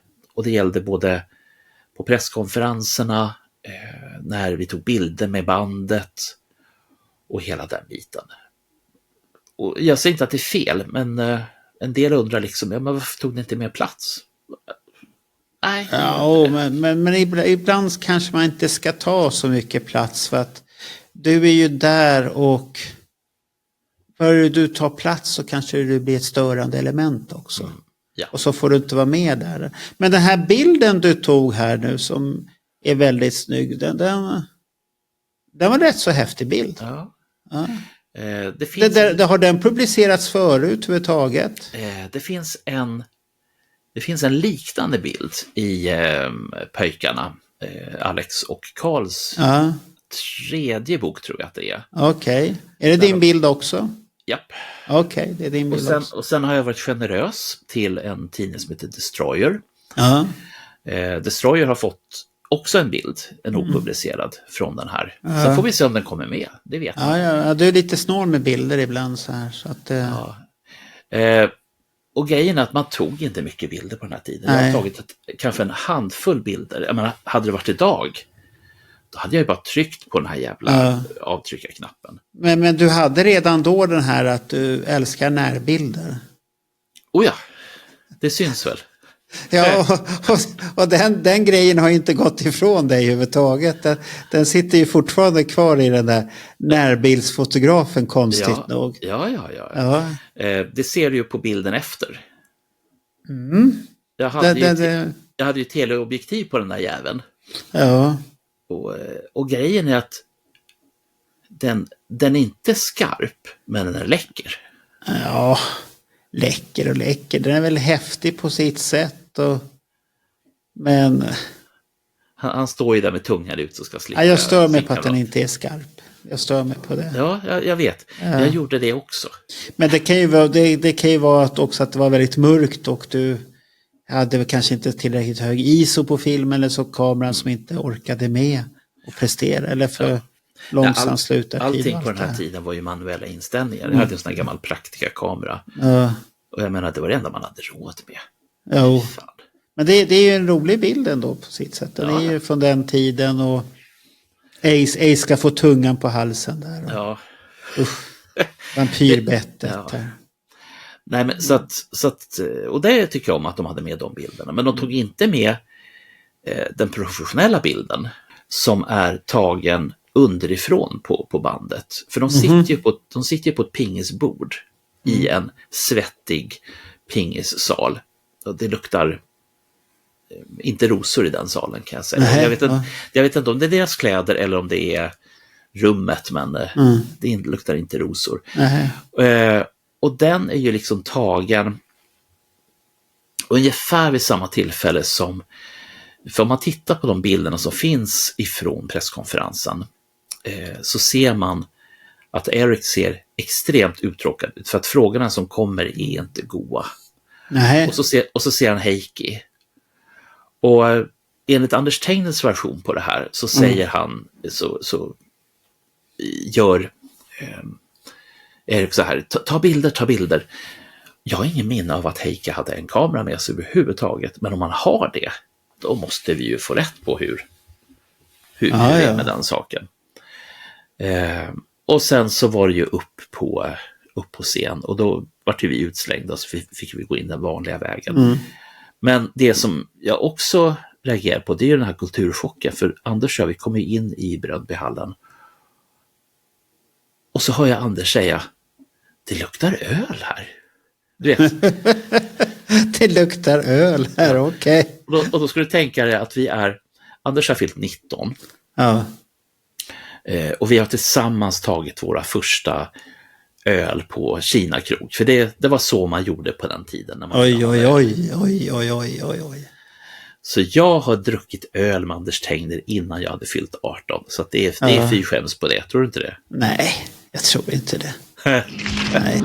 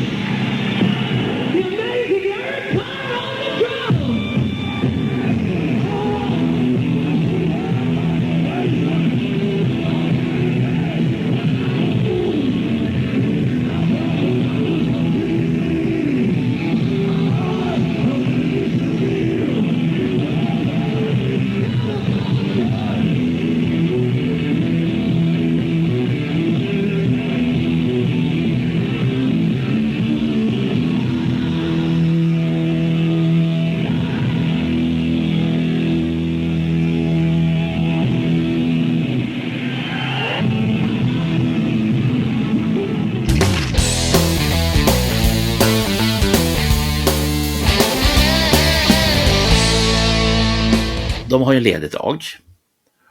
Och jag kommer inte ihåg omständigheterna riktigt kring det här, men jag vet att Anders hävdade i posterartikeln att vi fick mötesförbud med bandet. Därför att de skulle ha en ledig dag helt enkelt. Och det som jag minns, det var återigen den här frågan. Jag tror att det var Eric Carr som ställde frågan. Vi ska gå på bio, vill ni hänga med? Och då säger Jack Tessler, som är en av de närmaste runt omkring Kiss, att det ska ni inte alls. De ska få vara i fred. Aha, okej. Och då var det så här bara, Ja. Ni hade ju haft chansen och ni tackade nej, och nu fick ni inte följa med istället. Då.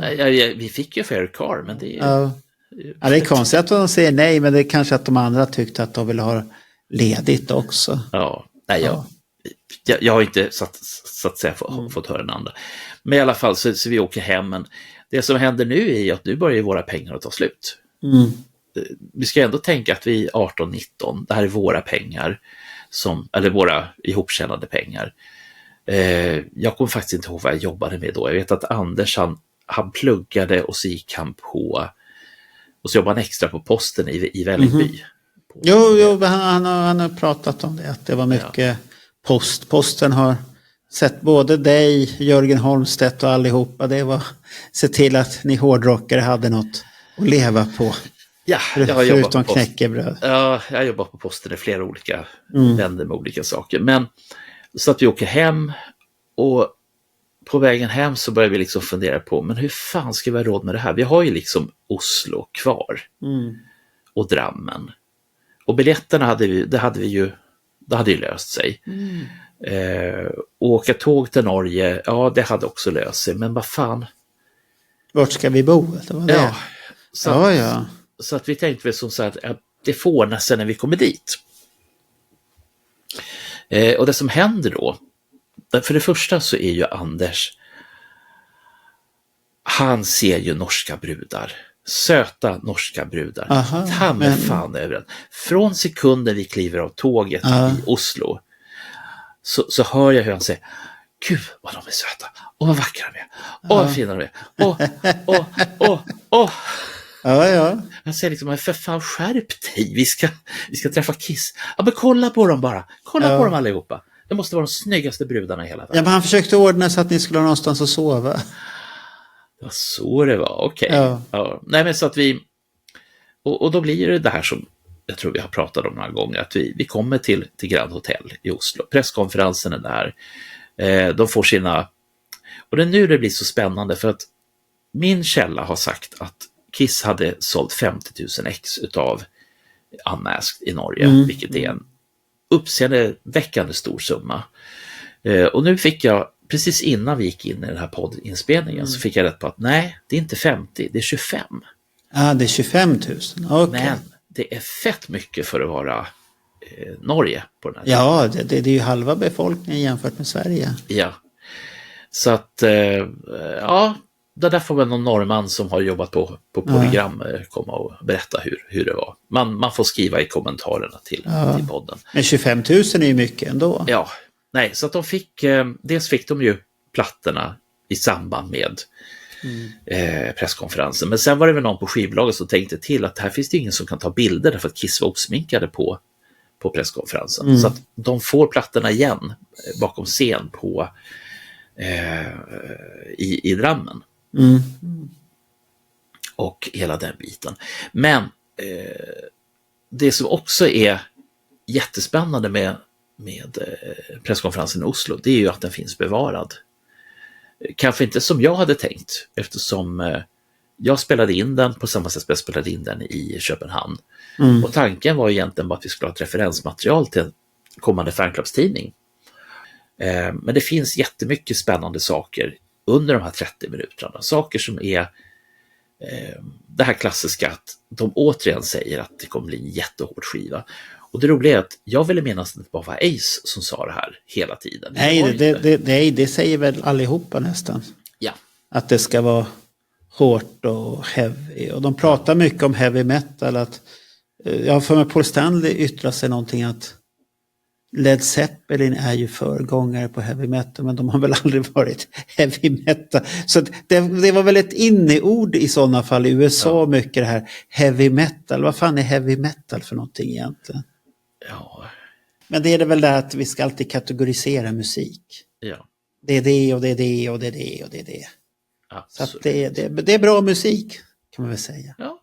Nej, så den är lite intressant för de pratar, det kommer ju upp det här, nazistfrågan kommer ju upp också på den presskonferensen här för mig, där de får frågan och så säger Paul så roligt så här: ja, det är lite lustigt för det är ju 2 med judisk tro i bandet. Ja. Det är lite svårt att vara nazister då. Ja. Nej, men, så att den är väldigt bra. Den innehåller väldigt mycket bra grejer, skulle jag vilja säga. Inga foton, igen. Nej. Och jag minns också att så som jag tänkte, jag hade med kameran till Köpenhamn och så tänkte jag, men vad bra, då har vi fått bilder. Livebilder och presskonferensbilder. Och så tänkte jag ja men det är bra så, då behöver vi inte ha den kameran med, då får den vara hemma. Så tiden går, vi kommer så småningom ut till arenan i Drammen. Då händer ju de här grejerna som man inte tror ska hända. Och som jag har faktiskt desperat letat efter bilder. Och det handlar ju om, för det första, det som står i artikeln, att det är ett tårtkrig helt enkelt. Och det är ju Iron Maiden som börjar. Eller förlåt, det är Kiss som börjar. Och sen så kommer Iron Maiden ut och hämnas. De där, det finns ju en videoinspelning ifrån Drammen. Men det är ju som alla andra videoinspelningar, det är de här korta snuttarna på de bra låtarna.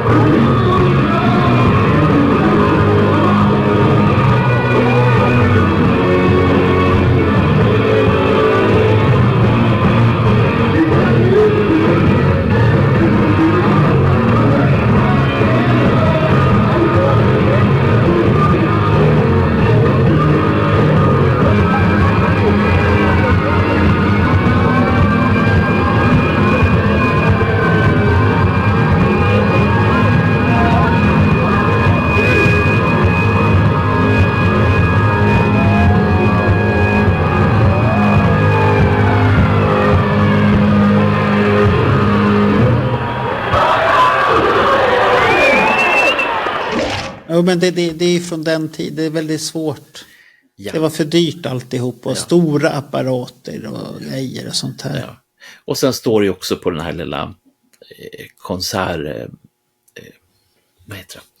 konsertannonsen, precis på samma sätt som det står på den svenska och danska, att du får inte ha med kameror. Nej, det är tabu. Ja. Det är tabu. Och det är ju jättesorgligt, för det hände så mycket konstigt under den här tiden. Och sen så pratade vi även om den här festen som vi blev bjudna på. Och jag fattar inte hur vi kunde bli bjudna på en fest, men det blev vi. Varför skulle det inte ha blivit det? Du var ju El President och alltihopa. Ja, nej, men så jag och Tegne, vi fick, och det är samma sak där, vi tog taxi dit. Jag har försökt att reda ut genom åren, jag pratade med flera norrmän. Vad var det för ställe vi var på? För att det var ju liksom crème de la crème. Och det var ju liksom det finaste utav alla norska kändisar då, som inte kände någon utav sig. Det var ju sådär hyfsat pärle för svinen. Du kunde gå där och vara lite oförskämd. De kommer fram och presenterade. Jag vet inte vem du är. Nej, precis. Så att de hade då en på det här stället en nedervåning. Jag kommer ihåg liksom hur det såg ut. Och jag tänkte det kunde ha hjälpt mig, för jag har ju pratat med Anders Palm. Han har en teori om vart det var. Nils har jag pratat med och han säger som vanligt att jag var alldeles för ung. Och vi är väl där till klockan är 3. Och så är det någon som undrar, men hotellrummet då, Bernt? Hotellrummet? Nej, vi fick en idé. När vi kom till Oslo station så fick vi rätt på att den är öppet dygnet runt. Då sov ni där, ja. Ja, så vi kom väl dit för 3:30 på morgonen. Lite småtrötta, för jag har ju varit igång sen, gick vi upp 5-6 på morgonen eller någonting sånt. Och det hade ju inte varit någon vila eller någonting sånt. Nej. Och då hade de en liten avdelning på stationen då, där man fick sitta och vänta. Men det gick omkring vakter, så om du satt där och nickade till, då kom de med sin batong. Men kunde man inte vifta med tågbiljett? Vi har tågbiljett, vi ska åka snart. Ja, men nej, man får inte sova på stationen. Nej, okej. Och varje gång, och Anders var tröttare än vad jag var. Så varje gång som han nickade till så kom de och slog där med batongen. Inte på Anders, för det får man inte. Slog de bara på dig? Du menar att man får slå på mig med batongen? Slog de på dig då istället? Nej, okej. De bara viftade. Anders var tröttare. Och sen till slut så var han så trött så han la sig ner och då kom de och drämde till. Det var helvete på den här bänken som han låg på. Först så tyckte han bara ja. Och sen fortsatte de att slå. Inte på honom. Och då var det bara liksom, då var det uppstigning som okej, nu skulle ni gå härifrån då.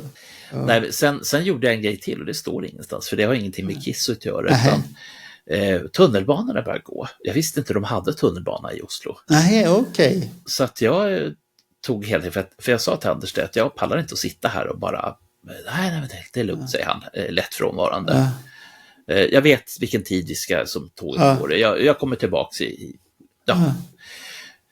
Så att jag liksom trillade ut där i den allra tidigaste morgontrafiken. Och jag var förvånad. De hade både trådbussar och spårvagnar och tunnelbanor. Och lite glad blir man ju sånt. Jaha, det var rallargubben som kom fram där och ville uppleva lite tåg och grejer. Okay. Och det hade ju varit kul om man hade tagit lite bilder på det om man hade haft med sig en kamera. Men då är vi på väg hem nu, så är det slut på kalaset här nu då? Ja, är det det? Eller det händer väl ingenting med sen när ni åker hem med tåget då? Ja, är du säker på det? Nej, vad hände då? Ja, ingenting. Vi åkte tåg hem. Och det var det jag misstänkte, för det har ju suttit där och men om du minns tillbaka på det där. Ja. Du var ju ung här då. Jag är fortfarande ung. Jo, men tyckte du, när du tänker på det, var ni naiv och dumma, eller hade du gjort om grejen på ett annat sätt, eller? Jag hade väl, till att börja med hade det varit bra om det fanns mobiltelefoner. Fy fan vad smidigt. Ja, men nu fanns det inte det, Bernt. Det kan vi inte ha. Ja. Nej, jag tror så här att det är vissa saker jag skulle ha gjort på ett annat sätt. Jag skulle ha bokat tågbiljetter och inte trott på att man kan åka standby. Planerat det på ett annat sätt och sånt här. Det, och sen jag tycker ändå att vi planerade allting i förväg ganska så bra. Utifrån de förutsättningarna som vi fick. Vi hade bra kontakt med skivbolaget, vi hade bra kontakt med Emma Telstar. Alltså alla de här som hade med turnén att göra. Men på den tiden var det ju inte så enkelt med här med hotell och sånt här och boka och som idag att du kan sitta med telefonen och boka hotell för det datumet och så är det ordnat. Vill du veta hur vi gjorde? Nej, ni fick väl ringa eller åkte ni bara på plats? Vi skickade telex. Telex? Oj. Anders hade ju lärt oss hur man skulle göra. Ja. Det såg häftigast ut när man skickade telex då. Jag berättar gärna den här historien och jag vet inte om Anders ens kommer ihåg den här längre, men han gjorde en grej 78 när han träffade Runaways. Han hade ju Runaways fanclub och de funderade på hur ska de ha råd med hotellkostnaderna.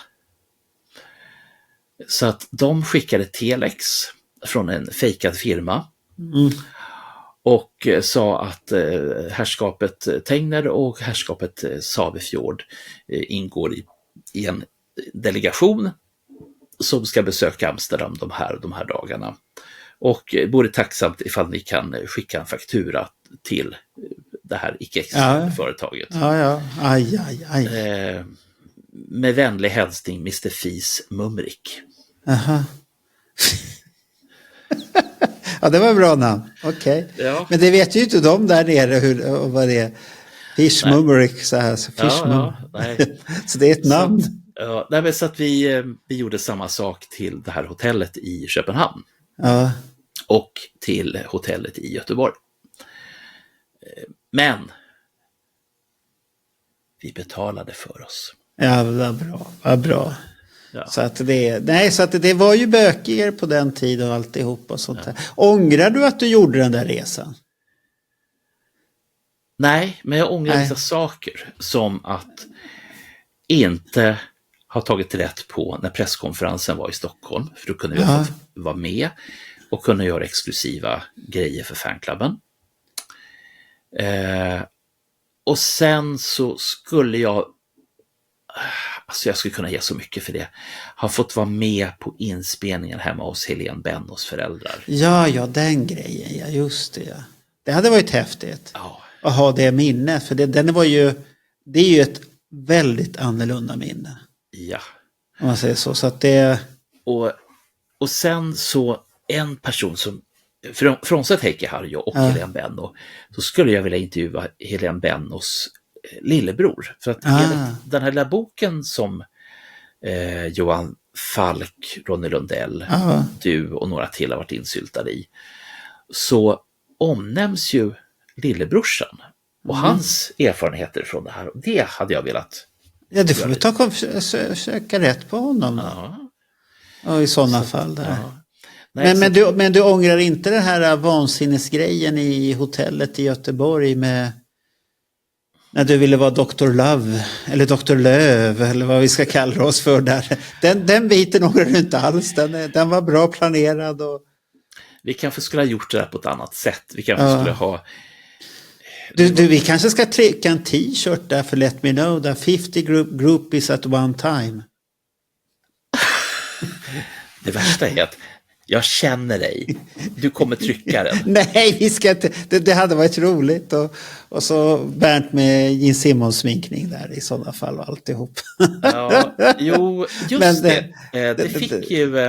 Det fick ju våra vänner på Pophouse.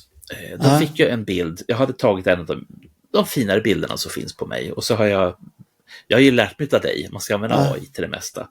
Så att jag hade en fantastiskt trevlig liten Paul Stanley-sminkning på bilden. Vart den bra eller vart du konstig?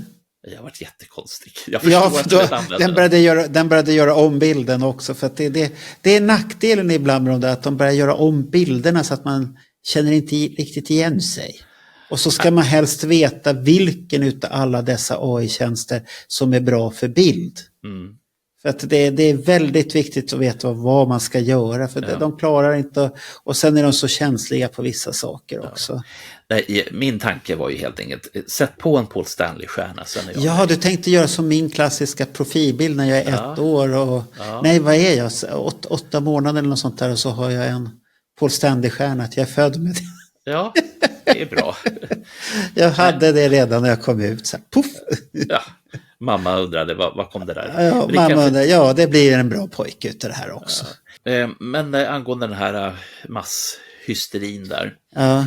Jag tror att med Pelle i grind eller vad det nu heter. Jag tror att vad vi skulle ha gjort är att vi skulle ha gjort någonting mera praktiskt och genomtänkt.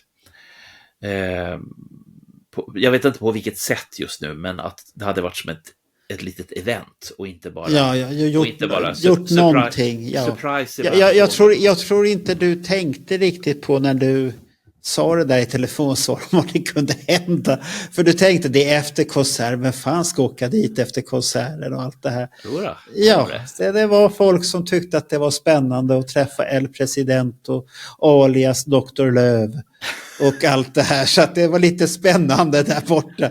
Och ja, sen kom ju Anders Tegner och förstörde allt och sa ut, här ska ni inte vara. Vi ska åka iväg. Vilken förstörare. Där borde du prata med honom att så gör man inte. Fast jag vill... När mottagningen var öppen. Jag vill nog ändå påstå att det var nog kanske lite skönt att han gjorde det där. Att han räddade dig där. Ja, utmaningen kanske var lite i största laget. Alltså det var lite för många på rummet. Och vad bra att du kom fram till det. Att det var lite för många på rummet. Och Bernt hade inte orkat hålla ut så länge. Och jag kunde i och för sig sagt, kan inte hälften av er gå hem? De första som kom, ni kan stanna kvar. Stackars. Det låter... Vi får väl avsluta där och säga att 50 stycken i ett hotellrum är nog lite för mycket. Jag tror till och med Gene Simmons ska skriva under på det. Ja, jag tror inte han skulle ha det. Jag tror han också sa, oh shit, blow my fuses. där gick proppen. Ja. Det var väl alldeles för mycket. Det går inte.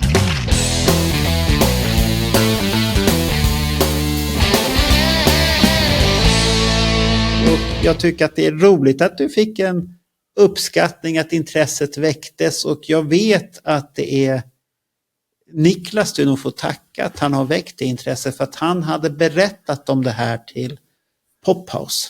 Ja. På något utav de här Council of the Elders-mötena som vi brukar kalla det. Där hade han berättat och då hade de nappat och tyckt att det var rätt så fascinerande grej. Jag tror jag har tackat honom, men vet du vad, Niklas Olsson? Tack för att du väckte 19-åringen i mig och att jag fick berätta den här historien 45 år senare. Tack Niklas. Ja. Så att du ser det, ibland händer det och han ser till så att det händer lite roliga saker, men det gäller ju att de här personerna som sitter där också vet Kiss-historien och kan plocka fram de rätta referenserna, så kan det hända roliga saker. Ja. Men som jag har sagt, jag har 2 grejer kvar nu. Det finns en väldigt bra historia från 1983. Ja, men den får du spara. Det har inte med det här att göra. Nej. Den får du ta vid nästa hybriståg där sen. Ja, men det blir väl om 3 år. Där det har gått ytterligare 3 år. Så att det har gått 45 år sedan. Vi kan ju säga så här att Bernt kommer få för all hybris i Trollhättan. Jaså? Ja, vi ska ha med tvärflöjten. Du ska ju spela chi på tvärflöjt, det har jag bestämt. Så jag ska hitta en billig tvärflöjt som du ska blåsa i. Och så ska vi ha Bernt spela chi. Och så får de säga om det låter bra eller inte allihopa. Låter det här bra eller inte? Skulle det vara ett tvärflöjt i chi? Den enda som du kanske får med är Clifford Brohuvud. Han tycker att det ska vara tvärflöjt i chi. Eller hur det var, eller var det tvärtom? Han tyckte inte att det skulle vara tvärtom. Jag har ju lärt mig så pass mycket nu från Eurovision att det du får är förinspelat. Ja, du menar att vi ska fuska? Ja, det kan vi väl göra. Då får vi stå där och hoppa och fjompa det då. Det har jag inga problem. Ja, det visste. Ja, nu stänger vi hudden där. Och så tackar vi för det här att du var tvungen att få berätta lite till. För hybrisen var så stor. Och känns det bättre nu? Kommer du kunna sova ordentligt nu när du har fått prata av det, Bernt? Jag är fortfarande glad över... Ja, det är jag glad över. Men har hybrisen lagt sig lite nu? Ja, lite grann. Eller ska du ta hand om all fanmail som har kommit nu? Du sa att det var någonstans 1000 personer som hade tagit kontakt med dig. Jag ville ha stories och... Det var någon som hade frågat efter nakenbilder och du sa nej, det går lite för långt här nu. Ja, Ja. Vi stannar där, Bernt. Då. Jag var ju tvungen att tänka efter lite. Du såg det, va? Ja, så att det kan jag ta. Så att vi tackar det, och så hoppas jag att det här var en trevlig resa och få höra lite mer om Bernt själv förklara om sin 80-tal. Och vill man läsa om det så finns det ju på Kiss Online som en hyllning till Unmasked-grejen där då, och samband med den släppet utav vinyler och alltihopa. Så det är därför man har gjort det här, och jag tycker det är en fin gest utav Kiss att man involverar fansen i det hela också. Jag tycker det är en bra grej. Det är rätt väg att gå, och samtidigt påminna om historien då.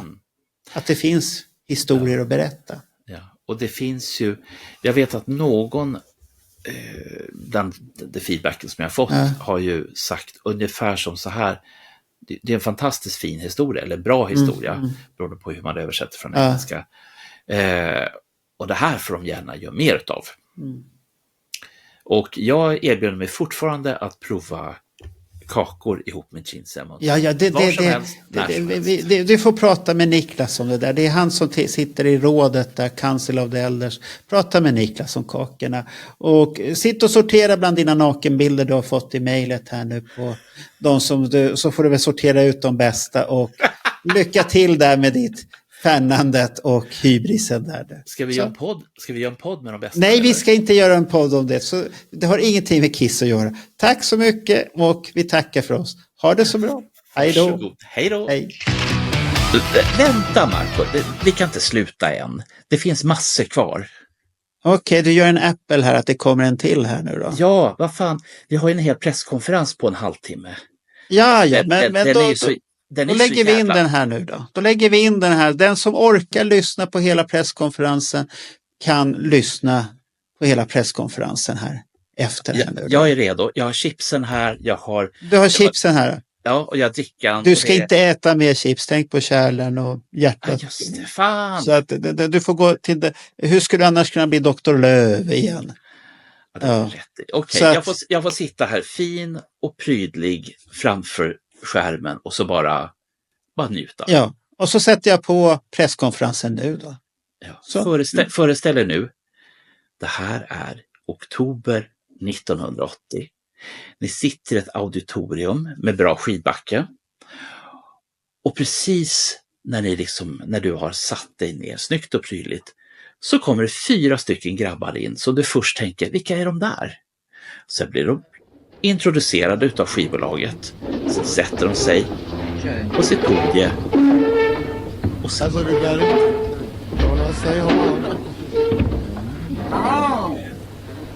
Bill, help me to ask any questions. So I'll introduce you to Todd Band, Paul Stanley, Eric Carr, or Gene Simmons, and Ace Frehley. Hi, Gene. How are you?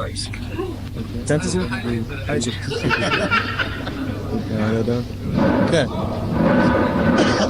Gonna make a fresh day for... I can't see her identity. It's just okay.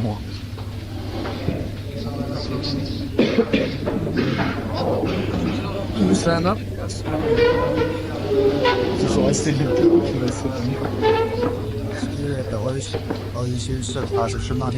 and they kiss me. Jag är sådan här som från det ryska arrangör. Ja, så den där unga jobbar.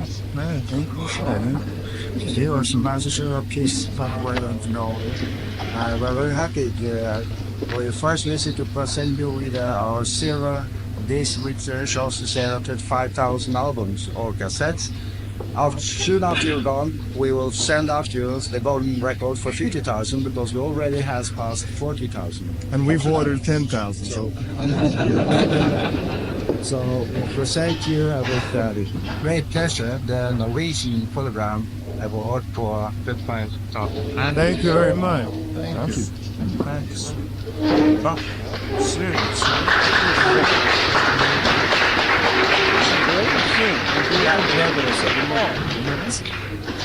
So if you were allowed to take pictures of that, I think you will go.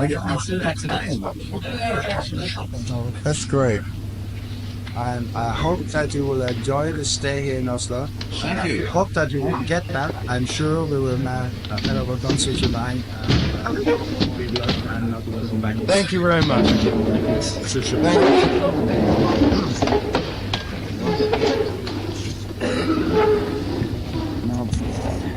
Okay, thank you very much. Goodbye. Goodbye. Thank you.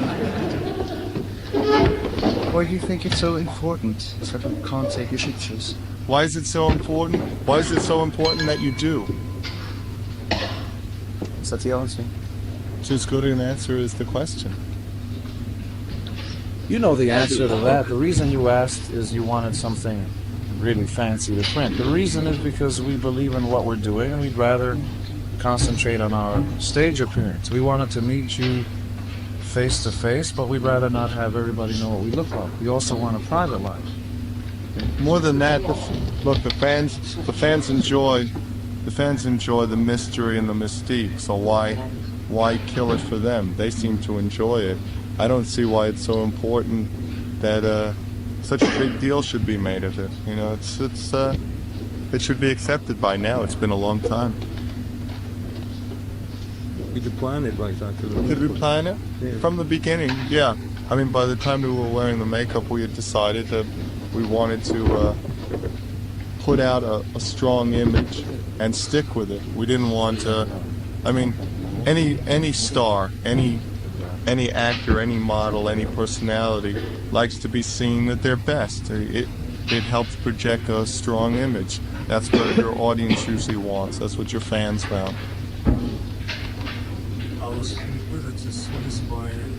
Partly, I would say that any rock and roll band that went before us had an effect. You can't do what you do and not be affected by the groups that you listen to when you're growing up. Alice Cooper, the Beatles, Rolling Stones, all the rest of the bands, sure. We're affected by London and we're so affected by what's going on today. Music is always changing, so hopefully you're always listening, so whatever goes on, you're influenced by. I don't think influences stop at the beginning of a band, they continue. Excuse me? Only. Quite a lot, yeah. All kinds. What specifically are you asking? Which group? Which bands do you? I like the Pretenders. I like, I like AC/DC and Van Halen, but they're not English. One is American, the other one is Australian. Rolling Stones. I think a lot of the bands we listen to are the earlier English bands. You know, what's going on now in music is real interesting. It's nice. I don't know how long it's going to last. It'll have an influence, but I'm not crazy about a lot of the music that's, you know, that may be happening. I still listen to Zeppelin, and, you know, your heavy metal bands. Heavy metal never really died. It seems to plow through. Anybody know any jokes? Anything funny? Ja, deze foto is heel GS's uitbereikt over de main Germans hierarchy of the Nazis. You expect the reactions to someone, you know?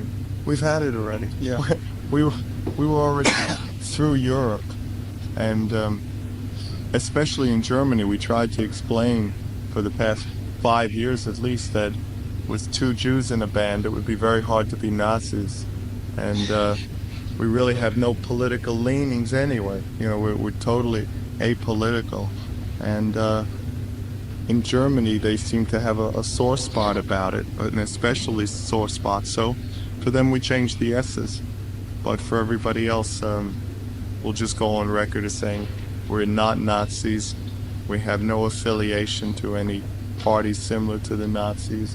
We're rock and roll. We're a rock and roll party. I'm sorry? No, we'd say it's 50-50. When you're playing live, and when you print a newspaper, the picture's more important than the words. I think one goes hand in hand with the other.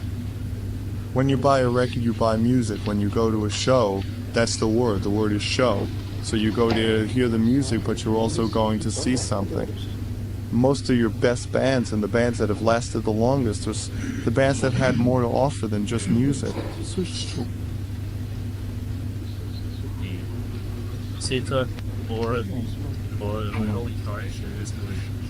We'll change that soon. Next album is going to be a hard rock album, all the way. Yeah. What we found that when we were being produced, the music tended to get a little too diluted and some people would like to see us more a mainstream pop band, a little more acceptable. I think there was an effort to clean us up, and we'd rather stay filthy. So we're going to do it ourselves.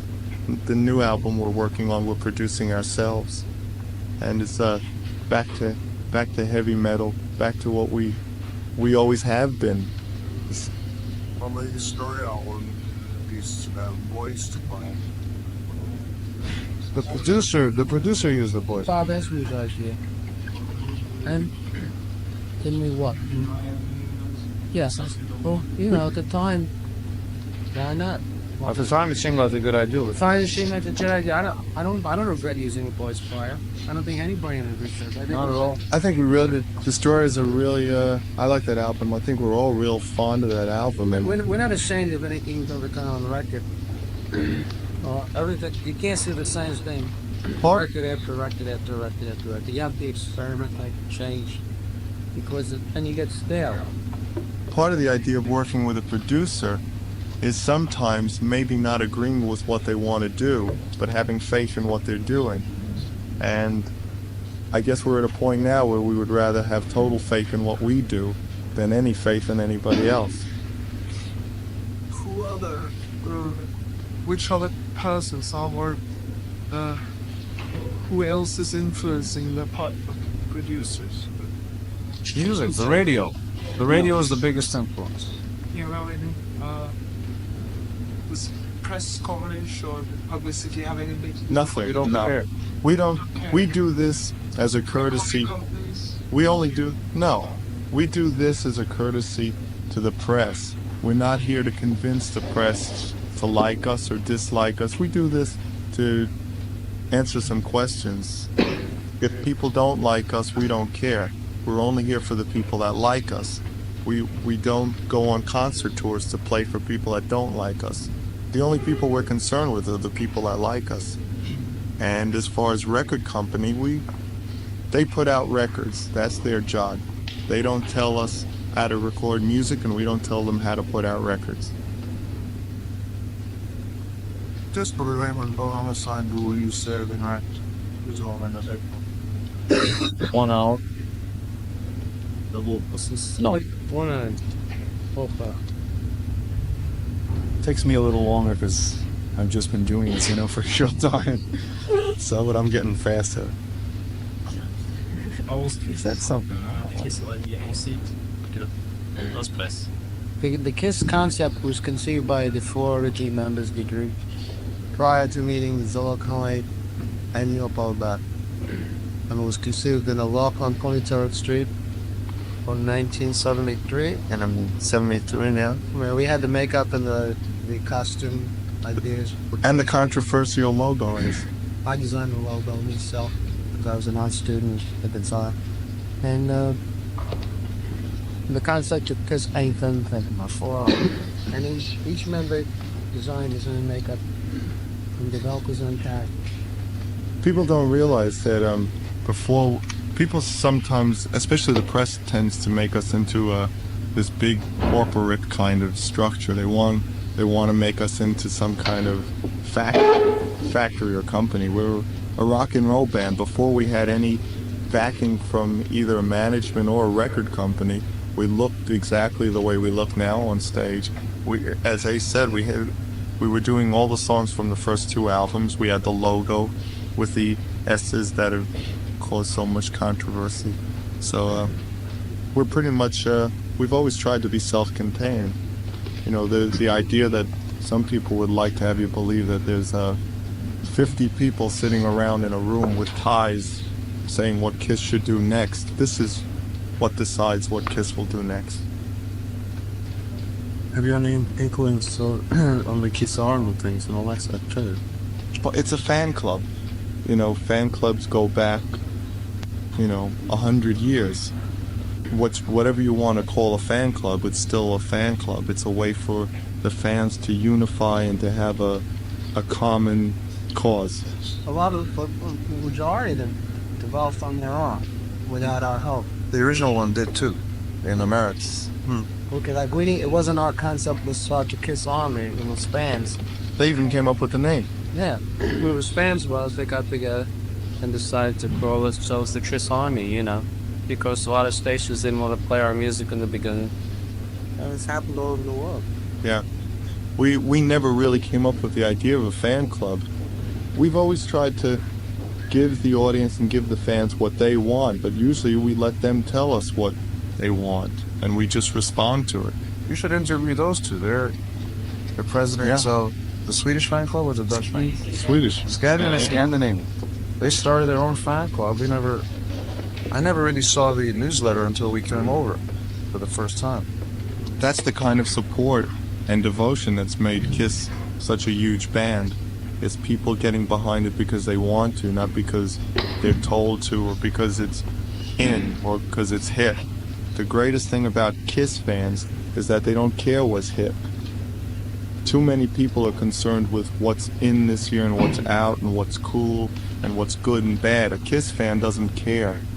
He may be the one kid out of 5, who's totally independent thinking, and that's what we want. How much control do you have over the lineup? Like films and politics and etc. We're trying to, at this point, to cut back on a lot of that stuff because it was turning into too much of a commercial venture that we were suffering by because other people were furthering themselves, maybe by detracting from what we were trying to do as a musical band by putting out a lot of products that ultimately just became a hodgepodge. So at this point we're trying to cut back, if anything. We certainly don't. We're more concerned with having guitars around our necks and guitars in tune and drums than what color t-shirt's going to come out. The only purpose initially in starting a merchandise company at all was to try to control the quality. So let's say if you're a Kiss fan and you buy a Kiss t-shirt, you want to make sure it's a good t-shirt because if it's produced by somebody outside other than us, then you can't take it back and say, look, this is no good, I want my money back. So we started the company initially out of trying to control the quality of what came out because it comes out anyway. It's gonna come out anyway. I think people just tended to put too much emphasis on that, and they seem interviews especially were more concerned with that kind of stuff than what was at the nucleus, what started it all, and that's a band. So we're here as a band, not as a merchandise company. There's some talk about a movie in the I think. Yeah. I think it's very helpful to the group because prior to the solo albums we had done five or 6 albums together. Is it 6? More. We've done about 10. Okay, we did 10 albums. We had been on the road for 5 years, probably 9 months out of the year of each year. And it was time to get away from each other. Experiment on the road. We spend so much time. Very healthy. Yeah, we spent so much time creating together that I think it was important for each one to go up and see musically where his head was at. Most bands don't get an opportunity to do that because most bands aren't strong enough as individuals to put out albums. In most bands, that signals the end of a band. In this case, I think it almost signaled a new beginning. What does it feel like to be a new member of Kiss? Because How was your solo? I'm working on my solo album. It will be out in the spring. Was that one of the results? They believe it. From the headlines tomorrow on the solo projects that we just played. I'm sure it played a part in it because once Peter had a chance to do a solo album, I'm sure he had a better idea of what he wanted to do musically. And probably once we started playing again as a band, he probably saw that his direction was different than ours. I think we all wanted to get heavier and heavier, and I think listening to Peter's album, you'd see that his direction was something else. And rather than have people have a lot of tension and people not like each other, we thought it would just be best for him to pursue the direction he wanted to and us to pursue ours. He also got remarried, and that takes a lot of time. And we also knew he was tired of Florida. We wanted to spend time with his wife. They bought a home in Connecticut. We saw Peter the day before we left. So I had a birthday party. Everybody was there. Eric and Peter and the rest of the band played at the same time on stage. Everybody got along great. Peter's very happy. There's no hard feeling. And he's still under the partnership. He will be forever. I think partnership's a bad word. I think family's a much better word. Partnership puts Makes it sound. Yeah, you remember the family partnership fund.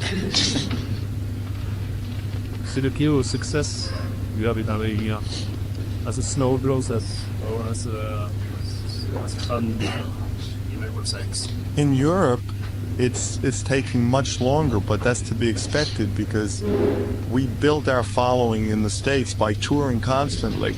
We haven't been in Europe in 5 years, so what we're planning to do now is to complete this tour tonight.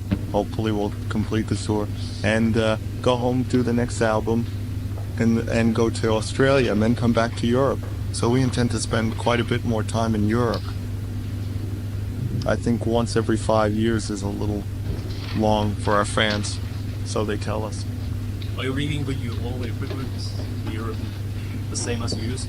It's scaled down, but in terms of the show, it's for all purposes it's the same show. It's the size of the other one wouldn't fit in a hall here, so we had it scaled down. But I'm sure it's the biggest thing anybody's seen. You feel we have to top it each time you go on tour?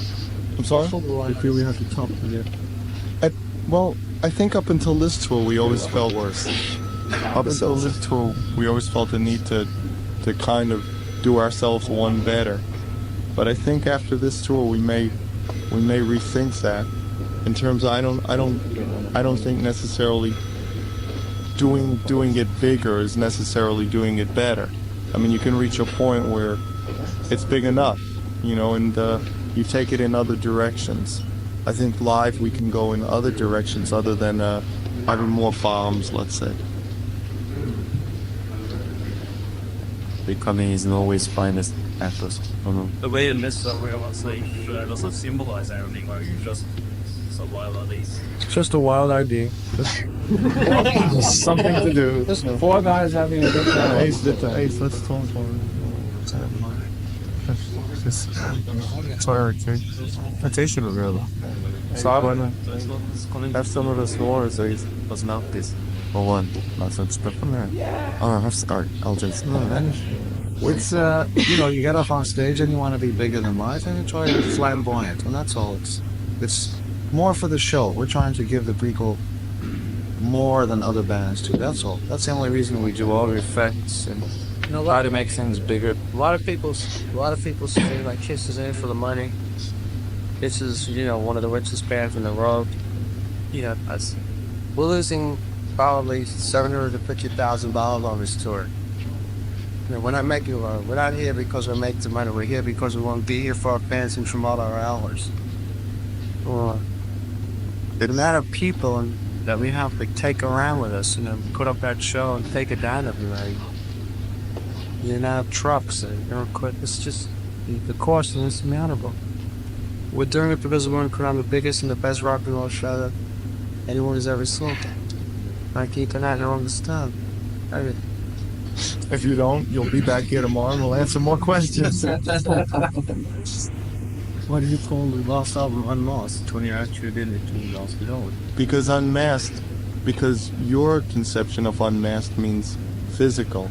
And I think unmasking has a lot more to do with other aspects. You can unmask in terms of part of your personality. You can unmask in terms of letting out a different aspect of your musical taste. You can unmask in confiding in somebody. unmasking doesn't necessarily have anything to do with what you do physically. Well, the cover art, in a way. I'm sorry? The cover, was really into finding physical, didn't it? Yeah, no, what it was saying was that there was a reporter supposedly after us who kept wanting us to take off the makeup and unmask. And essentially what we were saying at the end is, there is no makeup. There's nothing to take off. We are what we are. Makeup and costumes don't make you what you are. What you are comes from inside you. Because you're wearing the pink scarf doesn't make you a puff, I don't know.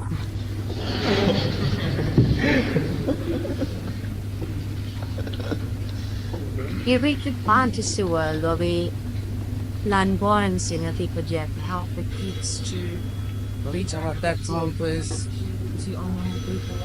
I think so. I think if that's for me, I'll have a ham sandwich. I think what we're doing is giving everybody a certain amount of freedom to get a little crazy, to get a little loose, and lose some inhibitions.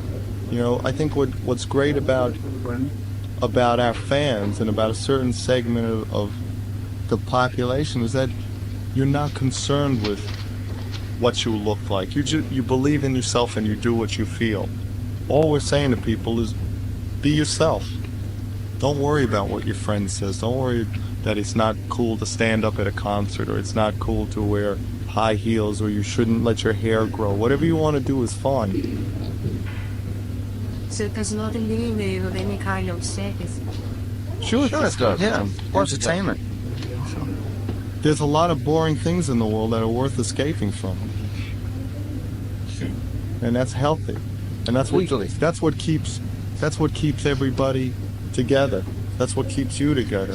You know, in your life is escaping once in a while from the stuff of all else. Excuse me, a lot of people, a lot of kids have to take drugs. Sometimes to entertain themselves. A kid who go to a Kiss concert straight and really get into it because it's such an elaborate show. They get into the characters and the superhero images that we project. It doesn't need drugs. They can have a good time. So you can say, Absolutely, yeah. well, you know that. Well, come to the show and then you tell us. I've spoken to my parents and they told me that. What we try to bring across is that you may not be able to look like us, but there's nothing that prevents you from feeling like us. Because again, it's back to the clothing. Clothing has nothing to do with it. You may not be able to look like us, but that's just a physical manifestation of what we feel.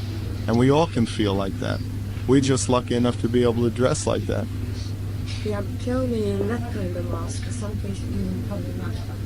No. Well, women know more about that than we do. It's not covering up. It's actually bringing out a part of your personality even more. We're not hiding behind a mask. I'm dressed in a way that says, this is me. This is how I feel. I'm not dressed like Eric. I wouldn't be comfortable in what he wears. Plus, he wears smaller clothes. You know, I didn't think he was going to say it. The kids are far. Yeah, but we're just saying, in other words, you wear, that may be your favorite shirt. That makes you feel real good. That shirt to you says, this is me. This shirt is me. This is comfortable. That's what we're saying to our audience. Be yourself. Wear what makes you comfortable. Think the way it makes you comfortable. Because you think of some of your audience, this tried to be Cole Stanley. That's okay, because maybe when I was younger, I tried to be somebody else. But before you can find yourself, maybe you have to try to be somebody else. Every child and everybody when they're growing up has an idol. You know, when I was young, I wrote Superman and Batman. But I think the older fans are into us for, let's say, the music or for the show. The younger fans may see us as heroes, but it takes a certain amount of time. You have to identify with somebody before you can start to figure out who you are. You have to know what you like before you know who you are. It seems to me there are a lot of grown-ups here that are different looks and different. I'm not putting this very well, but if you were to look at any kind of stereotype, you know, there's a kind of a stereotype in wearing suits and ties, there's a certain image you're patterning yourself after. It's okay. I mean, you figure out for yourself who it is that you are. And your point about hiding behind makeup is strange coming from a woman, you know? I mean, women have been wearing makeup forever. I don't think it's hiding. You're bringing out something. If you want to accentuate your mouth, you put on lipstick and eyes, of course. That's why we never think of it as masks. I mean, it's nothing to hide behind. That's probably the reason why we're the only band that's successful doing what we're doing.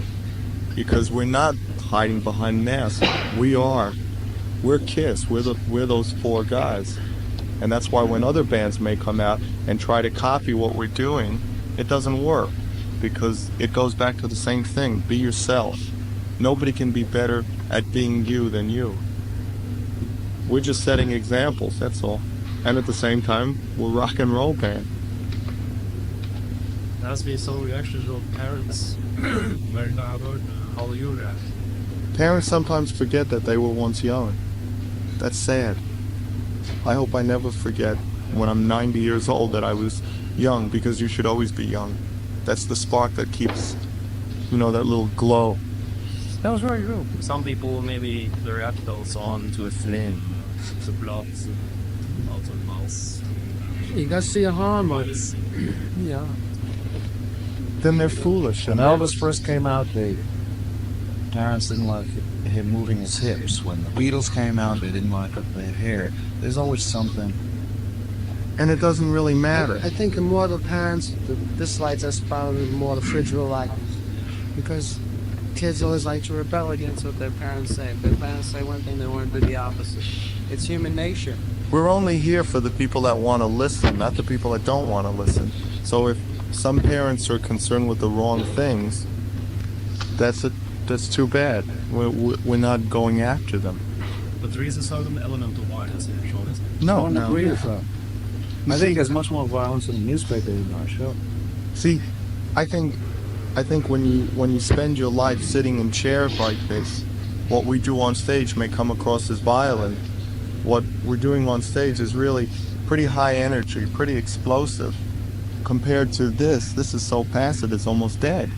So when people live these kind of lives and sit at home and see their kids going out and having a great time, it's kind of scary. For them, it's violence.